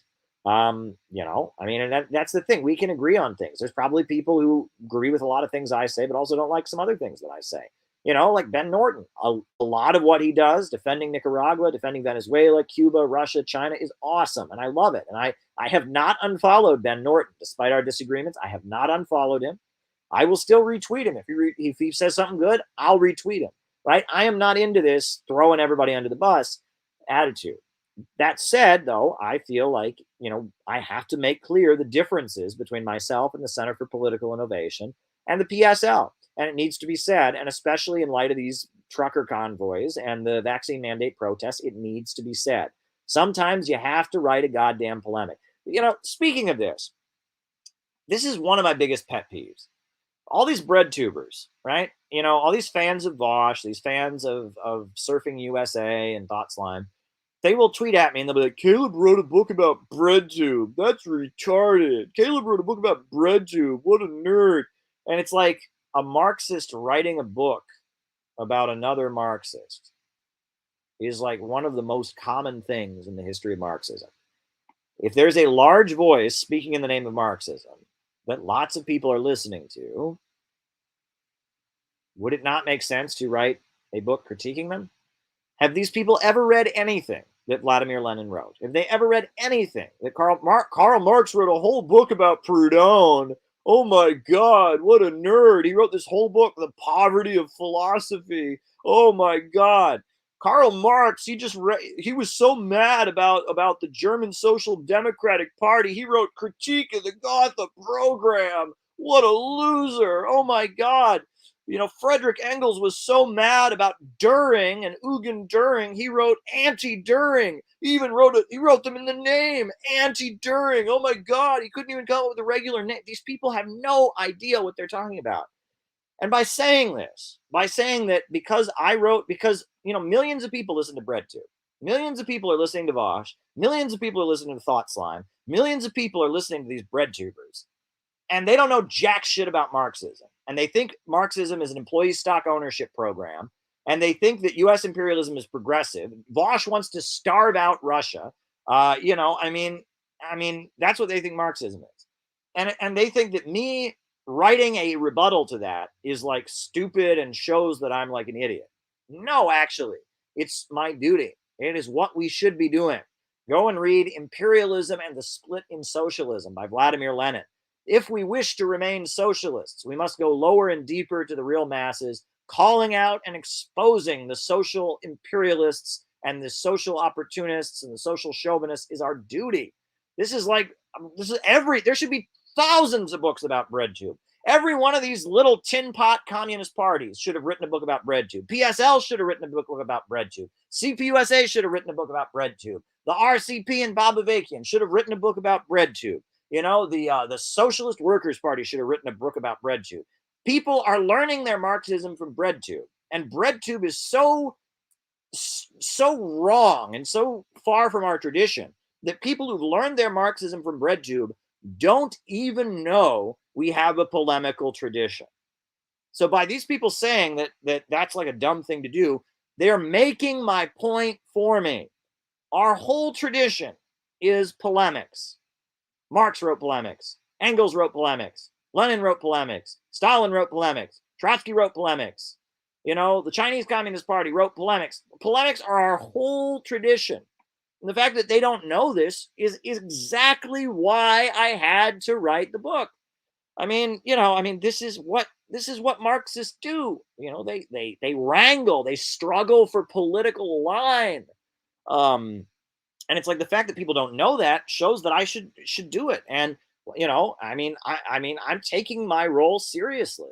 I'm not just tailing the movement. I'm not just going along with whatever's trendy on the left. I actually want to see us get to socialism. So there you go. When Becker was on Sputnik, radio host, he would say things smarter and less woke than the PSL party line. Okay, all right, very good. I didn't listen to his show, so wasn't Russia invading Crimea 2014 an act of imperialism? First of all, I'm going to answer that one right now. Just right now, Austin. Right, I'm going to put that on the screen. We're going to talk about that. Because first of all, Austin, first thing, act of imperialism. Imperialism is not a verb. Imperialism is not a policy. Imperialism is an economic system. It is capitalism in its monopoly stage. So one country sending troops to another country, one country taking territory from another country is not imperialism. Imperialism is a system. Imperialism is the highest stage of capitalism. It is an economic relationship. It is finance capital, carving out the world, the emergence of cartels, trusts, and syndicates, carving out spheres of influence, holding back economic development around the world. Imperialism is an economic system. It's not a policy. That's the first part you're wrong about. Second thing you're wrong about. Russia did not invade Crimea. I have actually been to Crimea. I have seen this with my own eyes. Crimea is a peninsula. It is a peninsula that has been considered part of Russia for thousands of years, okay? And for some reason, in 1954, after Stalin died, they gave it to Ukraine. It had been considered part of the Russian Soviet Republic, but then, for some reason, Stalin died and Khrushchev came to power, and he signed it over to Ukraine, and no one knows why. But they were all part of the Soviet Union back then anyway, so it doesn't matter anyway. It didn't matter, right? But then the Soviet Union fell. And when the Soviet Union fell, Ukraine and Russia signed a treaty. And that treaty said that Ukraine gets Crimea, but Russia gets to have a big, huge military base in Crimea. And that was how it was. Crimea was technically part of Ukraine, but Russia had a big, huge military base there.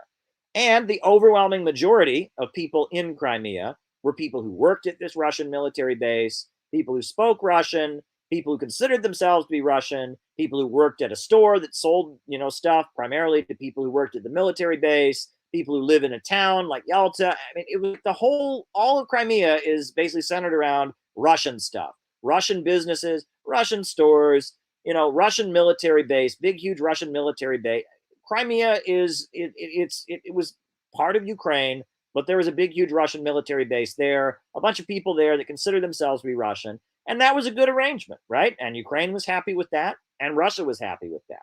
But then in 2014, Barack Obama overthrew the government of Ukraine, and the Kiev government was toppled by the United States. The USA started supporting and destabilizing Kiev, and there was Euromaidan, and the government of Ukraine was toppled, and a fanatically anti-Russian government was brought to power. The government in Kiev, the fanatical ultra-nationalists took power in Kiev. Those forces took power, and immediately all kinds of people in the eastern regions of Ukraine said, no. They saw these people tearing down World War II memorials. They saw these people, talking about outlawing the Russian language. And they said, no. We're not going to this isn't going to happen.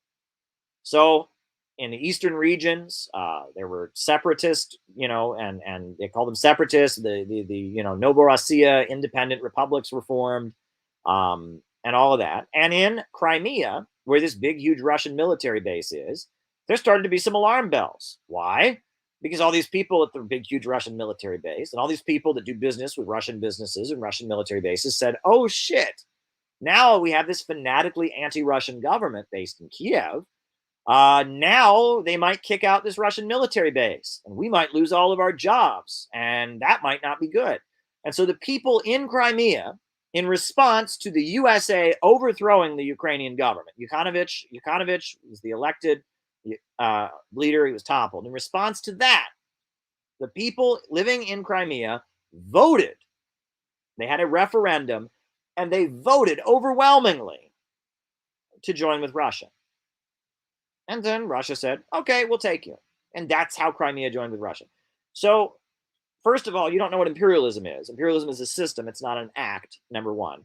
Number two, this idea that Putin was sitting up there on his throne, and he said, these people of Crimea have freedom, and I hate freedom, and we shall roll the tanks over the border and crush their songs of peace. I am expanding my empire because I am an evil authoritarian trying to conquer the world. Crimea shall be mine. That never happened. That never happened. That's not what happened at all. The Russian military was already there. And the people living there who are part of the Russian military and have businesses that are tied in with the Russian military voted, and they joined. They joined with Russia. That's not what happened. That is not what happened. So this idea that there is a Russian invasion of Crimea and it's this diabolical act of conquest is a bunch of malarkey.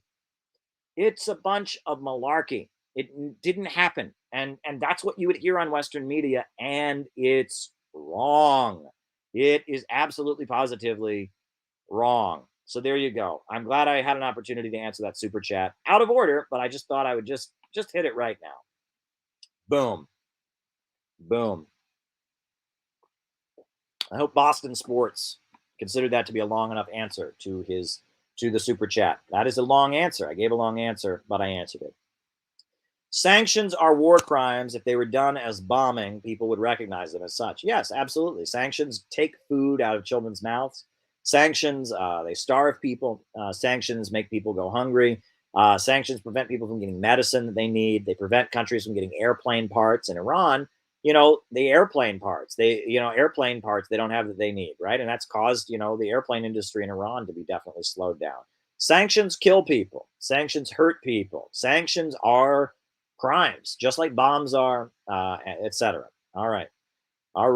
Regulations for reparations for oppressed nations. Is that part of the Center for Political Innovation? Well, I believe in reparations for oppressed nationalities. I think that yes, if indigenous people want to have their own territory and they want reparations to be paid to them, that should be done. I believe in that. Yes, and if Black people want to separate from the United States and have their own independent republic, and then they want the U.S. government or to pay reparations to them to help them do that, I would support that.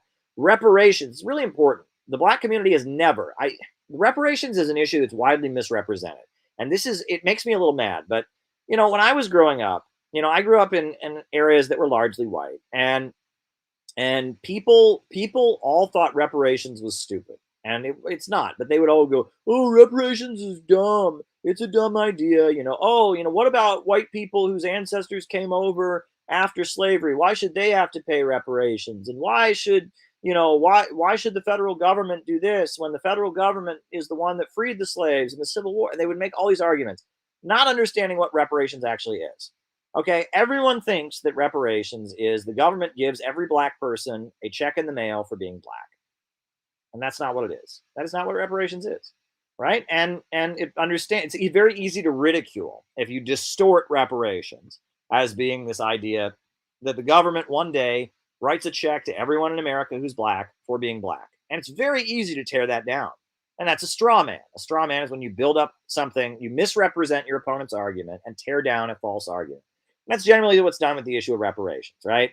Yes, right? The government writing a check to every person in the country for being Black is a pretty easy argument to tear apart. What about people that have some white ancestry? Do they get less money? What about Black people who maybe weren't enslaved? They were descended from people, who immigrated from Africa directly after slavery, or there's a million reasons that yes, that is easy to tear apart.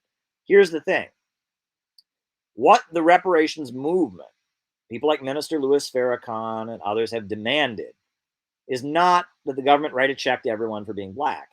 Rather, that institutions, financial institutions that benefited from slavery, like J.P. Morgan Chase, one of the biggest banks on Wall Street, like ExxonMobil, there's a whole list of corporations that got their start from slavery, that those institutions should be forced to help the Black community with scholarship programs, with paying for infrastructure in historically Black parts of the country, like the rural South. That's kind of the idea, that private institutions banks, big corporations that benefited and got their start because of the slave trade, which there are plenty of, right? Wall Street, there used to be a big slave market on Wall Street. That's what the wall was to keep the slaves from getting away. And there was a burial ground, an African burial ground discovered on Wall Street, a slave cemetery basically.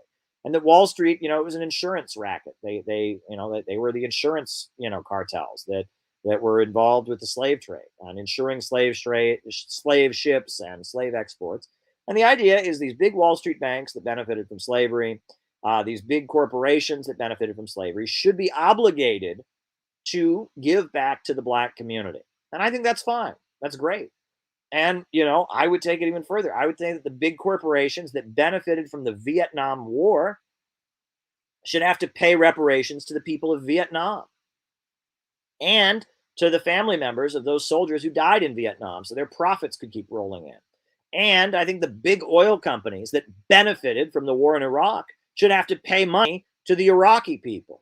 And, I think that not only should the people of Afghanistan get their money back, but the big corporations and military contractors that benefited from the invasion and occupation of Afghanistan should have to pay money to Afghanistan and to the family members of all the soldiers who died and got shot so they could keep making more money. Why stop it with slavery? I mean, slavery, obviously, yes, there should be, a reparation paid to the black community for what they've experienced. But why stop there?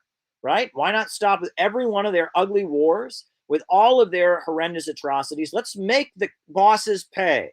Let's make the bosses pay for all of the crimes they've committed around the world. Let's force them to pay the people of the world reparations for what they've done, pay the working families of the United States reparations for what they've done. Let's make the opioid manufacturers pay money to everyone who's seen a relative of theirs die from opioid addiction, the corporations that pushed, over-prescribing addictive medications. Make the bosses pay.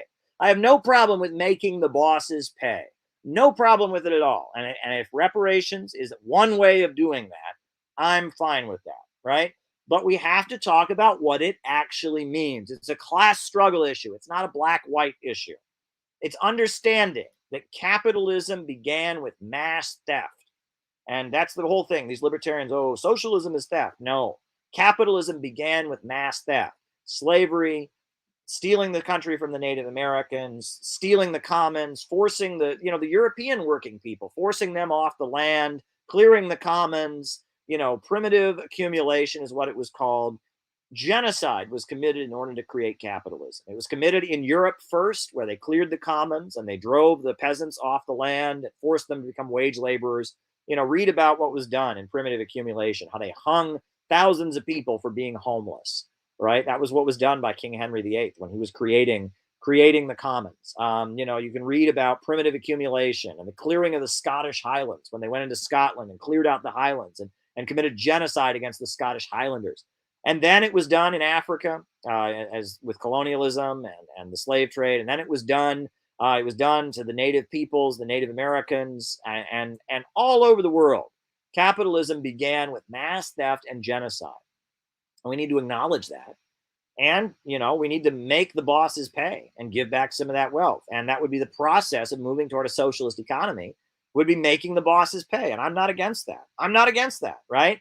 But we have to explain what it actually means. And the problem is that if you don't explain what reparations actually means, it can turn into something that, when people don't know what it means, it turns into this very hotly contested issue, right? You get people who say, well, my ancestors came over after slavery, so why should I pay? No one's asking you to pay. We want ExxonMobil to pay.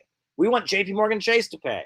And then people say, well, what about people who are half black? No, we're not giving checks to individual people. We're making them take actions that benefit black people overall and regions like the South, rebuilding the South, because the South is still economically ruined as a result of the history of slavery. Like, it's not about writing checks to individuals. It's not about, taking the tax money of all the people of the country. It's about making the bosses pay. That's what reparations is. Reparations is about making the bosses pay. And if you explain what reparations actually means, I'm for it.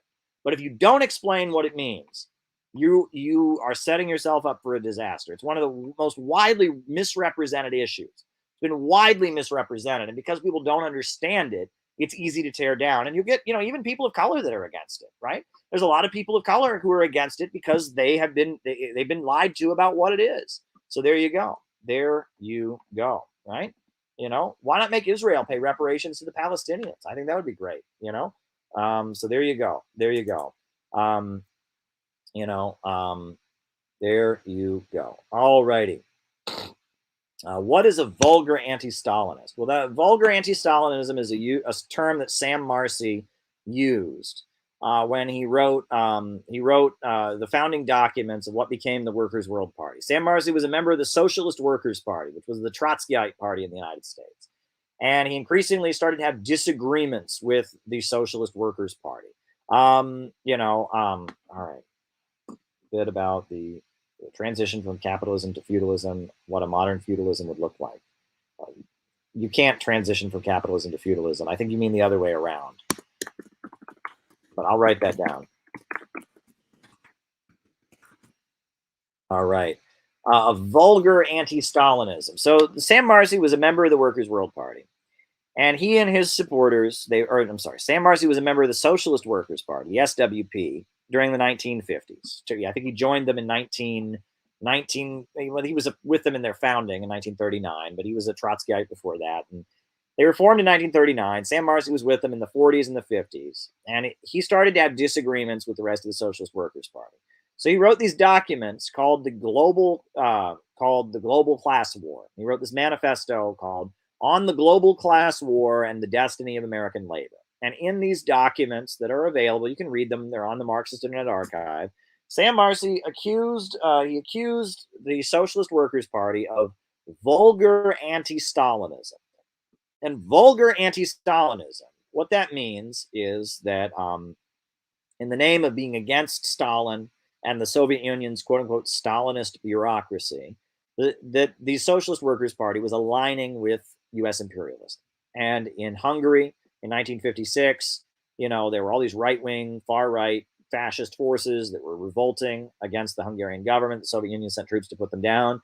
And you saw in these situations, you saw the Socialist Workers' Party supporting them because they're against the Stalinists. They're against, it's workers rising up against Stalinism. And Sam Marcy's like, well, no, technically this is a right-wing, pro-imperialist revolt against socialism that wants to dismantle socialism, so we shouldn't support it. And that's vulgar anti-Stalinism. Or in the United States, it took the form of kind of celebrating McCarthyism. When McCarthyism happened and destroyed the lives of the Communist Party, and there was a hysterical anti-communist fervor, the Socialist Workers' Party, they said things like the Communist Party deserved it because the Communist Party had supported the no strike pledge during World War II. And the Socialist Workers' Party, James Cannon and others, they said things like, well, this is the Communist Party getting what it deserved. It betrayed the working class during World War II. So therefore, and it was, passive support for McCarthyism, passive alliance with U.S. imperialism. Sam Marcy referred to this as vulgar anti-Stalinism. And that was in his document, the Global Class War document that he wrote. And so that's Marcyite terminology. That's what he called it. He called it vulgar anti-Stalinism. And that was a concept through which Sam Marcy's global class war tendency was formed, through which Sam Marcy eventually broke away and formed the Workers' World Party. And if you want to learn all the history of that, go read my new book, The Ideological Foundations of the City Building Tendency. The second essay in the book is a critique of Marxism and the Marcyite school of thought. I'm not a Marxist. I don't agree with Sam Marcy, but you should know what it is because the PSL and a lot of American tankyism is heavily influenced by it. Next question. What's the symbolism behind the CPI logo? Well, the CPI logo, it's a globe, and it's red, and we're trying to educate working people about the world, make them aware of history's challenge. It's a professional logo. It's kind of a nod to the fact that, there's a very famous photograph of the Waldorf Peace Conference in 1949, the Communist Party of the United States, in the middle of McCarthyism. They convened an amazing anti-imperialist peace conference at Waldorf Astoria Hotel in New York City. Waldorf Astoria Peace Conference. at the front of the room, they had a big globe. And so that's kind of where I got the idea that might be a good logo. So there you go. All right, what happened to the victims of McCarthyism? All right, we'll talk about that too. We'll write that down. Victims of McCarthyism. All right. All right. All right. The transition from capitalism to feudalism. Well, you can't go from capitalism to feudalism. Feudalism is on the basis of an agrarian economy. Feudalism is a system in which you have landowners and serfs or peasants. And the peasants, they grow food and they pay their obligation to the landlord and they get to keep what's left over. They're not slaves. They're not technically owned by the landlord, but they have no rights. They're tied down to the land on which they live. The landowner exploits them and lives off of their labor, but they get to keep whatever's left over, and it's based on subsistence farming. And in a feudal society, you generally have three classes. You have peasants, which are the majority, and then you have the military, right, which are the guards, the people that kick the peasants around, the soldiers, and then you have the nobility, and that's feudalism. And the landowners own the land, and they're the boss, and they are. It's believed they have the divine right that God gave it to them and gave them the hereditary right to rule over the country. You have the military, and they're like they're second to the feudal nobility, right? They're above the peasants. They get some. The Lord has to share some of his food and leftovers with them. They get swords and they get weapons. They get to kick around the peasants, and they enforce the laws and they enforce the rule of the nobles. And then you have the peasantry who work the land and basically get exploited, and they get worked really hard to work the land, and they get to keep what's left over. And if there's malnutrition, they starve, right? Because the lords can never starve and the soldiers can never starve. The peasants, if there's a famine, they have to give whatever they possibly grow. They're the last in line to get the food. And if there's abundance, then they're doing really well, but depending on how the crop goes. And that's feudalism. That's feudalism, right? So you can't create feudalism now because we no longer have a subsistence agricultural economy. We have industrial production, and industrial production created capitalism. Well, first you had mercantilism, the rise of the Silk Road, but feudalism is tied to a specific mode of production. This is what you got: hunter-gatherer civilization. The majority of human history was hunter-gatherer civilization. You can't have hunter-gatherer civilization. Hunter-gatherer civilization stopped being possible when we started growing our own food, right? When we started growing our own food, and when we started, growing crops and domesticating animals. At that point, you couldn't have hunter-gatherer civilization. A hunter-gatherer primitive communism was based on that mode of production. Feudalism is based on the subsistence agricultural mode of production. Capitalism is based on the industrial mode of production. Socialism is based on a higher mode of production, right? The idea is once overproduction and technological advancement has made industrial capitalism unsustainable, like now, when workers no longer have a place at the assembly line, like now, when workers can't afford to buy back the products that they make, like now, the means of production must become the public property of society and operated according to a central plan. We need to transition to the higher stage. But every stage that you're talking about is based on a mode of production. And the computer revolution is leading toward, movement towards socialism for sure. But we couldn't transition back to feudalism because feudalism would mean we'd have to regress. If we were going to go back to feudalism, then we would have to go back to subsistence farming mode of production. It wouldn't work right now. Right now, there are aspects of capitalism that mimic feudalism. Debt servitude, for example, when people are in debt and they're not actually getting paid, but they're, that's similar to what was done to peasants, right? Peasants, they weren't getting a wage. They just had to pay their obligation and keep what was left over. So workers who are in debt, right? And they don't actually, they're working off the debt and then they get kind of an allowance and then they pay off the debt. That's a lot like feudalism, but it's not feudalism. There are, prison labor, right? Prison labor where they don't really have the right to leave. A worker in a factory can quit, right? A serf can't quit. A peasant can't quit. A worker in a factory can quit, right? Well, a prisoner can't quit, and a lot of labor is done in prisons, right? And so, yeah, they get a wage, but it's a tiny wage, just enough to survive. And it's really a kind of slave labor that we have in prisons, and that is similar to feudalism. So there you go. Oh, did I miss a super chat? I missed a super chat. Let me go up. It's from Robert the Tanky. Let me roll up. I think I missed a super chat. Let me roll up. Victims of McCarthyism. We got that one, but there was another one that I missed. Oh, the feudalism one. Okay, we got that. I missed a super chat. I'm going to go up and look at the super chat. I'm sorry that I missed it. Rolling up, rolling up, rolling up, rolling up, rolling up. Where was the super chat that I missed? Oh, can you talk about the Sermon on the Mount and not swearing oaths? All right. Sermon on the Mount and not on the Mount. Not swearing oaths. I don't know what that second part is about, but we'll get to that when we get to it.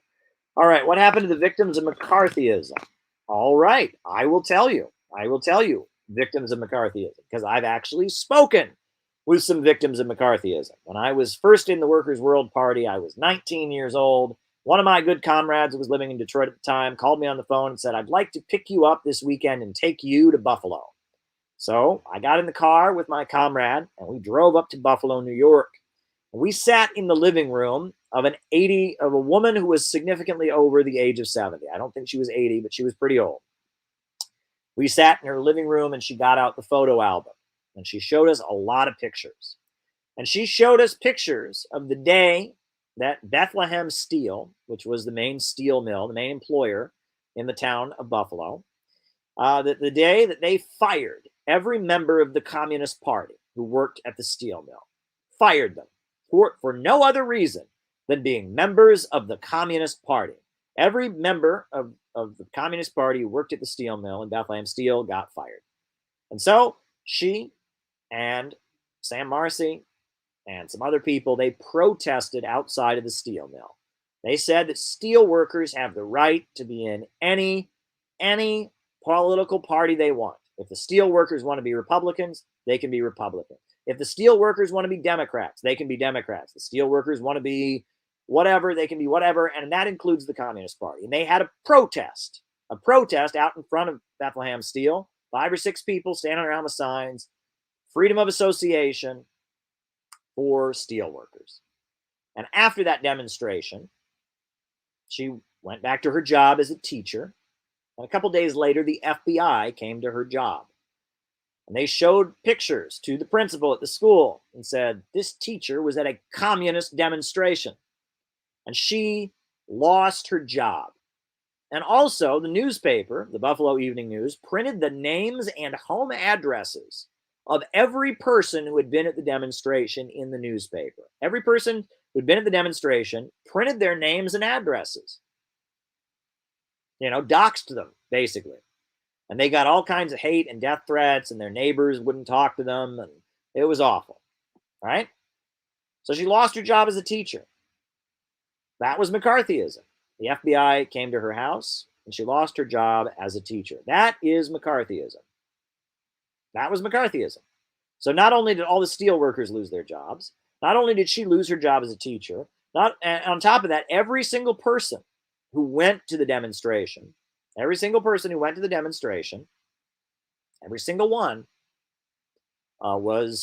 had their name and home address printed in the newspaper. That's one example of McCarthyism, and I have spoken to the person who underwent this. But there are other examples. There's what was called the Smith Act. In 1948, the Communist Party's entire national board was charged under violation of the Smith Act, which was a law. And the Smith Act said that it's illegal. It's illegal to teach the necessity of to teach the violent overthrow of the U.S. government, or the necessity of overthrowing the U.S. government, or any ideology, and this is the clincher, any ideology that might lead you to the conclusion that it's necessary to overthrow the U.S. government. So the Communist Party's national board were put on trial in New York City. They were put on trial. And in their defense, they said, we've never advocated the overthrow of the U.S. government. We advocate a peaceful transition to socialism. And the judge said, we don't care, because we've got this book by Lenin written in 1917 that says you advocate violent revolution. And we got this book by Karl Marx that says you want the forcible overthrow of conditions So it really doesn't matter that you've gone around advocating a peaceful transition to socialism. It doesn't really matter. You all are going to jail. And they sent them to federal prison. And Gus Hall went to federal prison, and Benjamin Davis went to federal prison, and Henry Winston went to federal prison, where he lost his eyesight and went blind because they weren't feeding him properly. And so he lost his eyesight and he went blind. You want to talk about evil satanic behavior? He lost his eyesight. They took his eyesight from him. Gus Hall tried to flee to Mexico, and they caught him, and then they sent him back to federal prison. It was pretty bad. They passed a law that no member of the Communist Party could collect Social Security. You can look this up.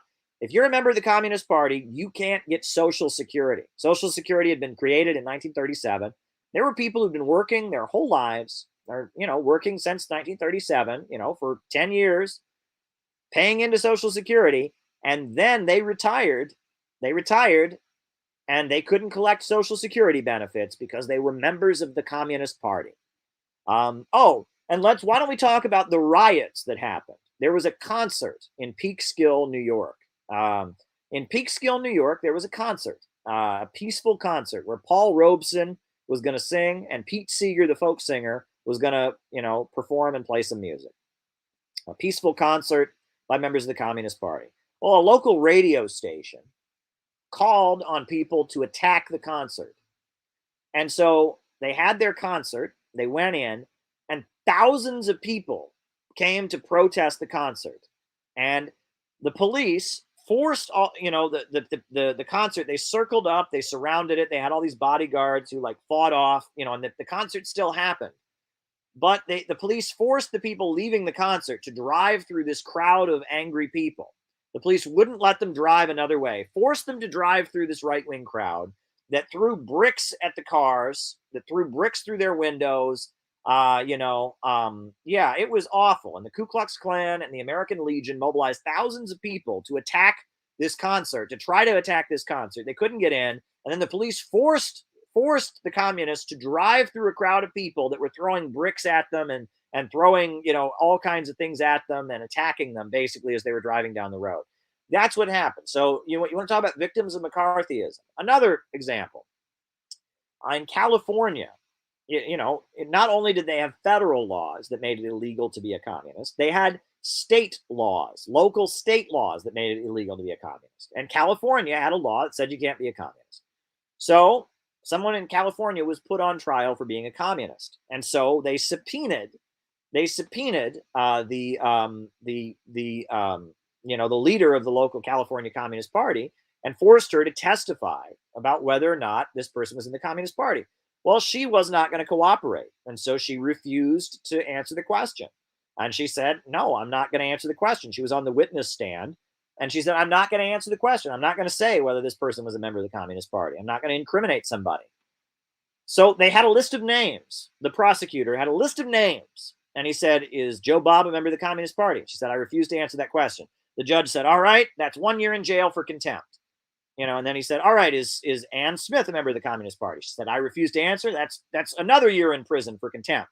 And I believe by the time she was done testifying, by the time this woman was done testifying, she had been given 200 years in prison for contempt because she wouldn't name names on the witness stand. They tried to give her a year in jail for every person she wouldn't name, and she wouldn't confirm or deny whether they were a member of the Communist Party. Unbelievable. Unbelievable. That's another thing they did in McCarthyism. Could McCarthyism happen again? Not the same way, and I'll get into it. Another thing that was done during McCarthyism. Oh, this is a great one. This is another thing that was done during McCarthyism. This is something that was done. So during McCarthyism, they had this law that if you were called before Congress to testify, you either had to answer all of their questions or none of their questions. All or nothing. You couldn't pick. If you were going to invoke the Fifth Amendment and say, I invoke the Fifth Amendment, you had to invoke it for all of the questions. You could give your name and address and then say Fifth Amendment and say nothing, or you had to answer all the questions. There was no either or. You could only invoke the Fifth Amendment for all the questions or none of the questions. So they called a communist to testify, and he took the Fifth Amendment, right? He said his name, he said his address, and then he said, I wish to invoke the Fifth Amendment. And then they said to him, is it true that you planned to blow up a bridge and kill thousands of people? And he had to take the Fifth Amendment. And they said, isn't it true that that you you plotted with the Soviet Union to kill all kinds of innocent school children? And he had to take the Fifth Amendment. And then the media the next day ran in all the newspapers, communist refuses to deny plotting to blow up bridge. Communist refuses to deny killing school children. This is how evil these people are. This is how evil these people are. That's what they did. Now, you want to talk about, you want to talk about evil. So yeah, it was all over the newspaper. There was a communist who got up and testified, and he wouldn't deny that he'd been plotting to kill school kids. Oh, there was a communist who got up to testify. He wouldn't deny that he was planning to blow up this bridge. And television. And now the next question I got was, could McCarthyism happen again? No. Why? Freedom of information. The reason McCarthyism happened was because of television. We had these new fancy boxes. Called TVs. And the TVs, there were only like 3 TV networks, right? You got ABC, NBC, and CBS. And that was it, right? And they were all united in pushing McCarthyism. And everyone had these new fancy brainwashing machines called television. And they watched them, and they were all pushing McCarthyism. And there was no alternative information. The communists could hand out leaflets, and they bought time on local radio stations. Gus Hall would buy time on radio stations. Gus Hall would buy time on radio stations. That they did that. Oh boy, camera, mic, can we fix? Oh, here I am. Okay, boy, what about that? You could buy time on a radio station or whatever, but for the most part, the media was in the hands of the capitalist class. So they could use it to craft the narrative, and no other alternative information could get out there. And there was one, centralization of media, 3 TV networks, and it was McCarthyism was created by television, and then it was undone by television. A section of the ruling class turned against McCarthyism, because Joe McCarthy was using it against the ruling class. He used it against a member of Congress who committed suicide. Joe McCarthy found out there was a member of Congress whose son was gay, and at that time, gay people were considered to be communists, which is even weirder, right? The Communist Party had actually banned gay people from joining, but for whatever reason, in the media, they were playing up that communists are gay.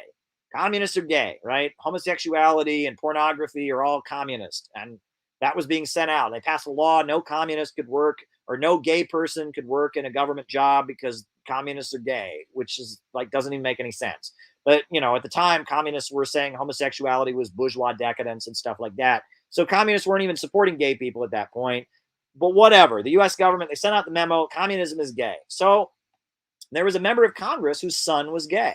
He had a gay son. The guy was gay, and he'd been arrested, cruising. He'd been someplace, and he'd been in a bar, and he'd been at a gay bar, and then he was arrested for cruising as a gay man. So Joe McCarthy went to this senator, and he said, I will destroy you with this. It'll come out that your son's gay, and everyone's going to think you're a gay communist. And so he was blackmailed by this member of Congress. Joe McCarthy blackmailed this U.S. senator who committed suicide. And, the Methodist Church was targeted because the Methodist Church, some prominent Methodist preachers had supported Spain and the Spanish Republic during the Spanish Civil War. And they were going after the Episcopal Church, and they were going after the Methodist Church, and they were going after the U.S. Army. And it was nuts. And so after a while, sections of the ruling class that wanted to negotiate with the Soviet Union, sections of the ruling class that wanted to negotiate after Stalin died, they said, okay, and they did in McCarthyism, and it was mainstream media, right? Robert R. Murrow, who had a TV show that was on at night, mainstream media, Avatar. All right. Avatar, mainstream media destroyed McCarthyism, just like mainstream media created it. And you couldn't do it the same way now because there's not the same monopoly on information. There's so many different perspectives out there. McCarthyism required everyone watching the same TV networks and mobilizing everyone to get in the same hysterical state, and it didn't work. It wouldn't work now. It worked very well because everyone was watching the same media and getting hyped up with their TV sets, but now it's different. It wouldn't work the same way. The Sermon on the Mount and not swearing oaths. I don't know what not swearing oaths means. But the Sermon on the Mount, it's in the Bible. I'm doing my Bible series on Rockfin, and I'm actually taking this week off. It's Valentine's Day on Monday. I have obligations to my wife, but next Monday we will resume my Bible series. We're gonna go over the Bible from a it's called The Bible and the Proletarian Movement. We're going to have a Marxist look at the Bible, and we're going to talk about the Sermon on the Mount eventually. It won't be the next one, but we'll talk about this stuff. The Sermon on the Mount is one of the most important texts in Christianity. It begins with the Beatitudes: blessed are the peacemakers, blessed are the poor, blessed are those, it's a really important text. The Sermon on the Mount, it's one of Jesus Christ's most famous sermons, right? I mean, it's a really important part of Jesus's teachings. Where basically Jesus preached to a crowd of thousands of people the Sermon on the Mount. Very famous, very famous. It's an important text in the history of Christianity. There you go. I don't know what more you want me to say about it. One of the most beautiful things about the Sermon on the Mount is in the Sermon on the Mount, he speaks to the crowd of people, and he speaks to them with so much love. And he says, "You are the light of the world, but what good is a light if it's hidden?" And he says, a city on a hill cannot be hidden. He says, "You are the light of the world." He says, "You are the salt of the earth, but if you've lost your saltiness, what good do you have?" And he's telling the people, he said, "You are amazing." He's saying, human beings, you are amazing. You're amazing creatures. You are the light of the world. You are the salt of the earth. You are a city on a hill. He speaks with so much love for the people. He doesn't think human beings are naturally evil. He's not saying that we're naturally evil, that we're awful. He's saying you're the best thing out there. Of all the things in the universe, of all the animals and creatures created in the universe, you human beings are the best, but you don't act like it. You don't act moral. You don't use your intelligence for good. You don't love one another. You hurt each other. You act in selfish and cruel ways. And he's saying, you are the light of the world. You are the salt of the earth. You are a city on a hill, and you cannot be hidden. It's beautiful, beautiful stuff. And the evangelical right wing, they claim that Christianity, their message is that Christianity teaches that human beings are naturally evil, and that through Jesus and through Christianity, you can curb your evil nature. That is not what Jesus is saying. He says to a crowd of thousands of people, you are the light of the world. You are the salt of the earth. And also that, the opening, the Beatitudes, they call it, where Jesus says to the congregation, he says, blessed are you when people persecute you. And blessed are those who make peace in the world. And blessed are the poor, and the meek shall inherit the earth. The Beatitudes, where he's saying that those who suffer, and those who are persecuted, and those who take a stand for what is right, and those who go out and try to make a better world, you are the people who will be blessed. It's beautiful. It's absolutely beautiful. Absolutely beautiful. You asked me my opinion. I try not to get too churchy on here, but you asked it and you got it. So there you go. All right. What do I think of the movie Avatar? The movie Avatar is a white savior fantasy, right? And it's basically, I liked it when I saw it, but my politics have evolved. The thing is that imperialism is about holding back economic development. It's about keeping people poor, right? Imperialism is about going to countries in Africa and Asia and preventing them from rising up from poverty and developing their own economy. But Avatar has another message. It's that, that the technological, the white man, the colonizer, has lost his spiritual purity, and the people in the unsettled primitive lands with their spiritual connection to nature are holy and pure. And that the story is, it's Dances with Wolves, basically. Dances with Wolves. There's somebody from the evil, technologically advanced land who goes, and at first he's trying to conquer the poor people, the indigenous folks, but then he realizes that technology is evil and that their magical spiritual primitivism is beautiful. And so he gives that up, and he he becomes one of the magically pure spiritual people, and he rises up against technology and the colonizer. It is a sick white savior fantasy. It's not about what imperialism is. Imperialism is about holding back development. It's about keeping people poor. That's what imperialism is. And that needs to be the understanding. Obviously, yes, white chauvinism is not good. And the way the indigenous people were slaughtered is not good. But this idea that primitive is better, that without technology, everything is better, and that, what we need is to go back to the land and abandon technology. And it's the fantasy of a lot of very wealthy, rich people. It's not anti-imperialism. It is this weird kind of, yes, colonialism is evil. There's a book called Heart of Darkness that I think was an inspiration for Avatar. And I mean, there's instances of this where there's people that, colonizers that did horrendous, brutal, evil things, oppressing indigenous people, realized what they were doing and switched sides. And that's respectable, right? I'm not condemning that. But that's not the essence of anti-imperialism. When the Vietnamese were fighting U.S. imperialism, they weren't fighting to stay poor, right? They were fighting to industrialize. They were fighting to have electricity. They were fighting to have 5-year economic plans and raise their people up from poverty. The people of Vietnam were not fighting the West so they could stay poor. The people of Korea were not fighting U.S. imperialism so they could stay poor. Mao was not up in the mountains of China waging guerrilla warfare because he wanted China to stay pure and poor and close to its magical, mystical ways, unlike the white man. That's not what it's about, right? It's this kind of white savior fantasy that glorifies, primitive people. Look, I grew up in an area in Ohio where there were a lot of Amish people, right? And I saw this with Amish people. And Amish people are white, so it's a little bit different. They're the same skin tone, but, they have a different language and they don't use technology. And there were a lot of people, a lot of tourists would come who had this weird fantasy about the Amish. Oh, the Amish, they don't use technology. They're so pure. Oh, they're closer to God. Bullshit. With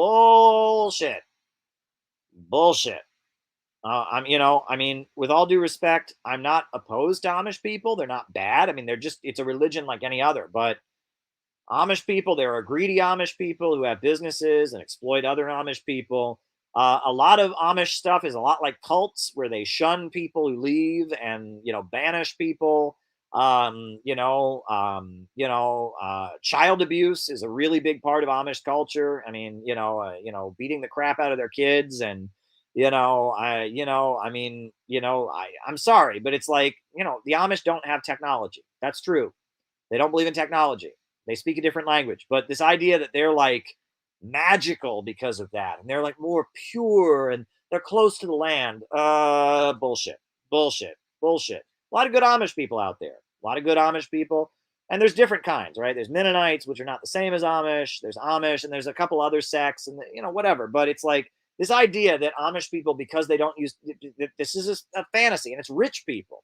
It's always rich people. I don't know why it is. Poor people never get into this. It's always rich people, rich, wealthy people who get into this mindset that like the tribes in Africa are, these Africans who live in the middle of the woods without technology. They're so amazing. And it's weird. It's this like National Geographic mindset, and it's weird. It's a little bit weird. Right. And it's like, Amish, I mean, there's a lot of good Amish people and they don't serve in the military, which is respectable. That's pretty cool. They refuse to be part of wars and they believe their beliefs. Right. But look, there was one Amish group a couple years ago that got mad at another Amish group. So they went and cut off the beards of all the other Amish people. Did you see it? This was hilarious. I mean, well, it's not hilarious, actually. It's awful. But yeah, they were mad at this other Amish group. And so they and their friends all got scissors. They went over to all the other Amish group's men and they trimmed their beards off with scissors, and they called that a hate crime. And those guys were prosecuted for a hate crime, because they targeted members of a religious group and they attacked them on the basis of their religion. And they tied them down against their will. They assaulted them and cut their beards off with scissors. So I mean, it's like, I mean, Amish people commit hate crimes, folks. Amish people, Amish people, child abuse. Again, the Amish schools, corporal punishment. They had their own schools. They were using corporal punishment on their children. It's pretty much the norm in Amish households to use physical punishment quite frequently. If you are grow up as Amish and you quit being Amish, right? Your family is never allowed to speak to you ever again. Did you know that? They call it shunning. And if you get to be however old and you say, you know what, I'm going to go and like use air conditioners and showers and stuff, and you're allowed to do that. They just never speak to you again. And your parents never speak to you again. And your brothers and sisters never speak to you again. And all the people you grew up around never speak to you again. Is that okay? No, I don't think so. I mean, these people that have this, this like feeling that the Amish are like romantic, mystical people. It's the same as Avatar, right? It's like, it's like, oh, they're so pure. It's like, no, they're not. Okay. No, they're not. And imperialism, the system of imperialism, right? The system of imperialism is about how U.S. imperialism keeps countries in a state of primitivism, right? Saudi Arabia has basically a feudal economic or a feudal political system, right? They have an autocratic, like a 1400s, a 14th century monarchy, basically absolute monarchy. Why do they have that? Because the U.S. imperialists prop it up. In Syria, the U.S. imperialists are arming the most backward and barbaric extremists in ISIS and fanatical Wahhabis, right? The Dalai Lama, the Tibetan separatists, they want to bring back, feudalism under the Dalai Lama, right? The Falun Gong religious cult that's anti-China. They think women shouldn't be able to vote. I mean, it's like all over the world, the U.S. imperialists align with the most primitive, backward groups. Meanwhile, they're always trying to overthrow the most advanced, the countries that are raising people from poverty. Saddam Hussein built infrastructure, so they tried to overthrow him, right? In Nicaragua, they've electrified the whole country. They've wiped out illiteracy. Oh, that's why we're trying to overthrow them, right? The U.S. imperialists are always attacking the most advanced, and they're trying to keep countries in a state of poverty. When the British went to India, what did they do? Did they come and show up and say, you must get rid of your caste system, you primitive Indian people? We are going to teach you. No, the British went to India and they reinforced the caste system, and they played Muslims against Hindus. And the British Empire reinforced a lot of the very primitive and backward authoritarian, traditions that were in India, right? People have got it all wrong. And this narrative that imperialism is when the evil white man shows up and brings electricity and takes the beautiful indigenous people out of their beautiful indigenous ways. That's not imperial. That's not the Marxist understanding of imperialism. And if you want to get mad at me and cancel me for saying that, if you want to take something I just said out of context to make it sound like I'm a white supremacist, you can do that. I can't stop you, but you're lying. You're lying, right? You are lying if you say that. So there you go. All right, folks. On that note, I am going to end it here. A new upsurge in the struggle against U.S. imperialism is now emerging throughout the world. Ever since World War II, U.S. imperialism and its followers have been continuously launching wars of aggression. But the people of various countries have been continuously waging revolutionary wars to defeat their aggression. While the danger of a new world war still exists and the people of all countries must get prepared, revolution is the main trend in the world today. While the danger of a new world war still exists and the people of all countries must get prepared, revolution is the main trend in the world today. We need a government of action to fight for working families. Good night.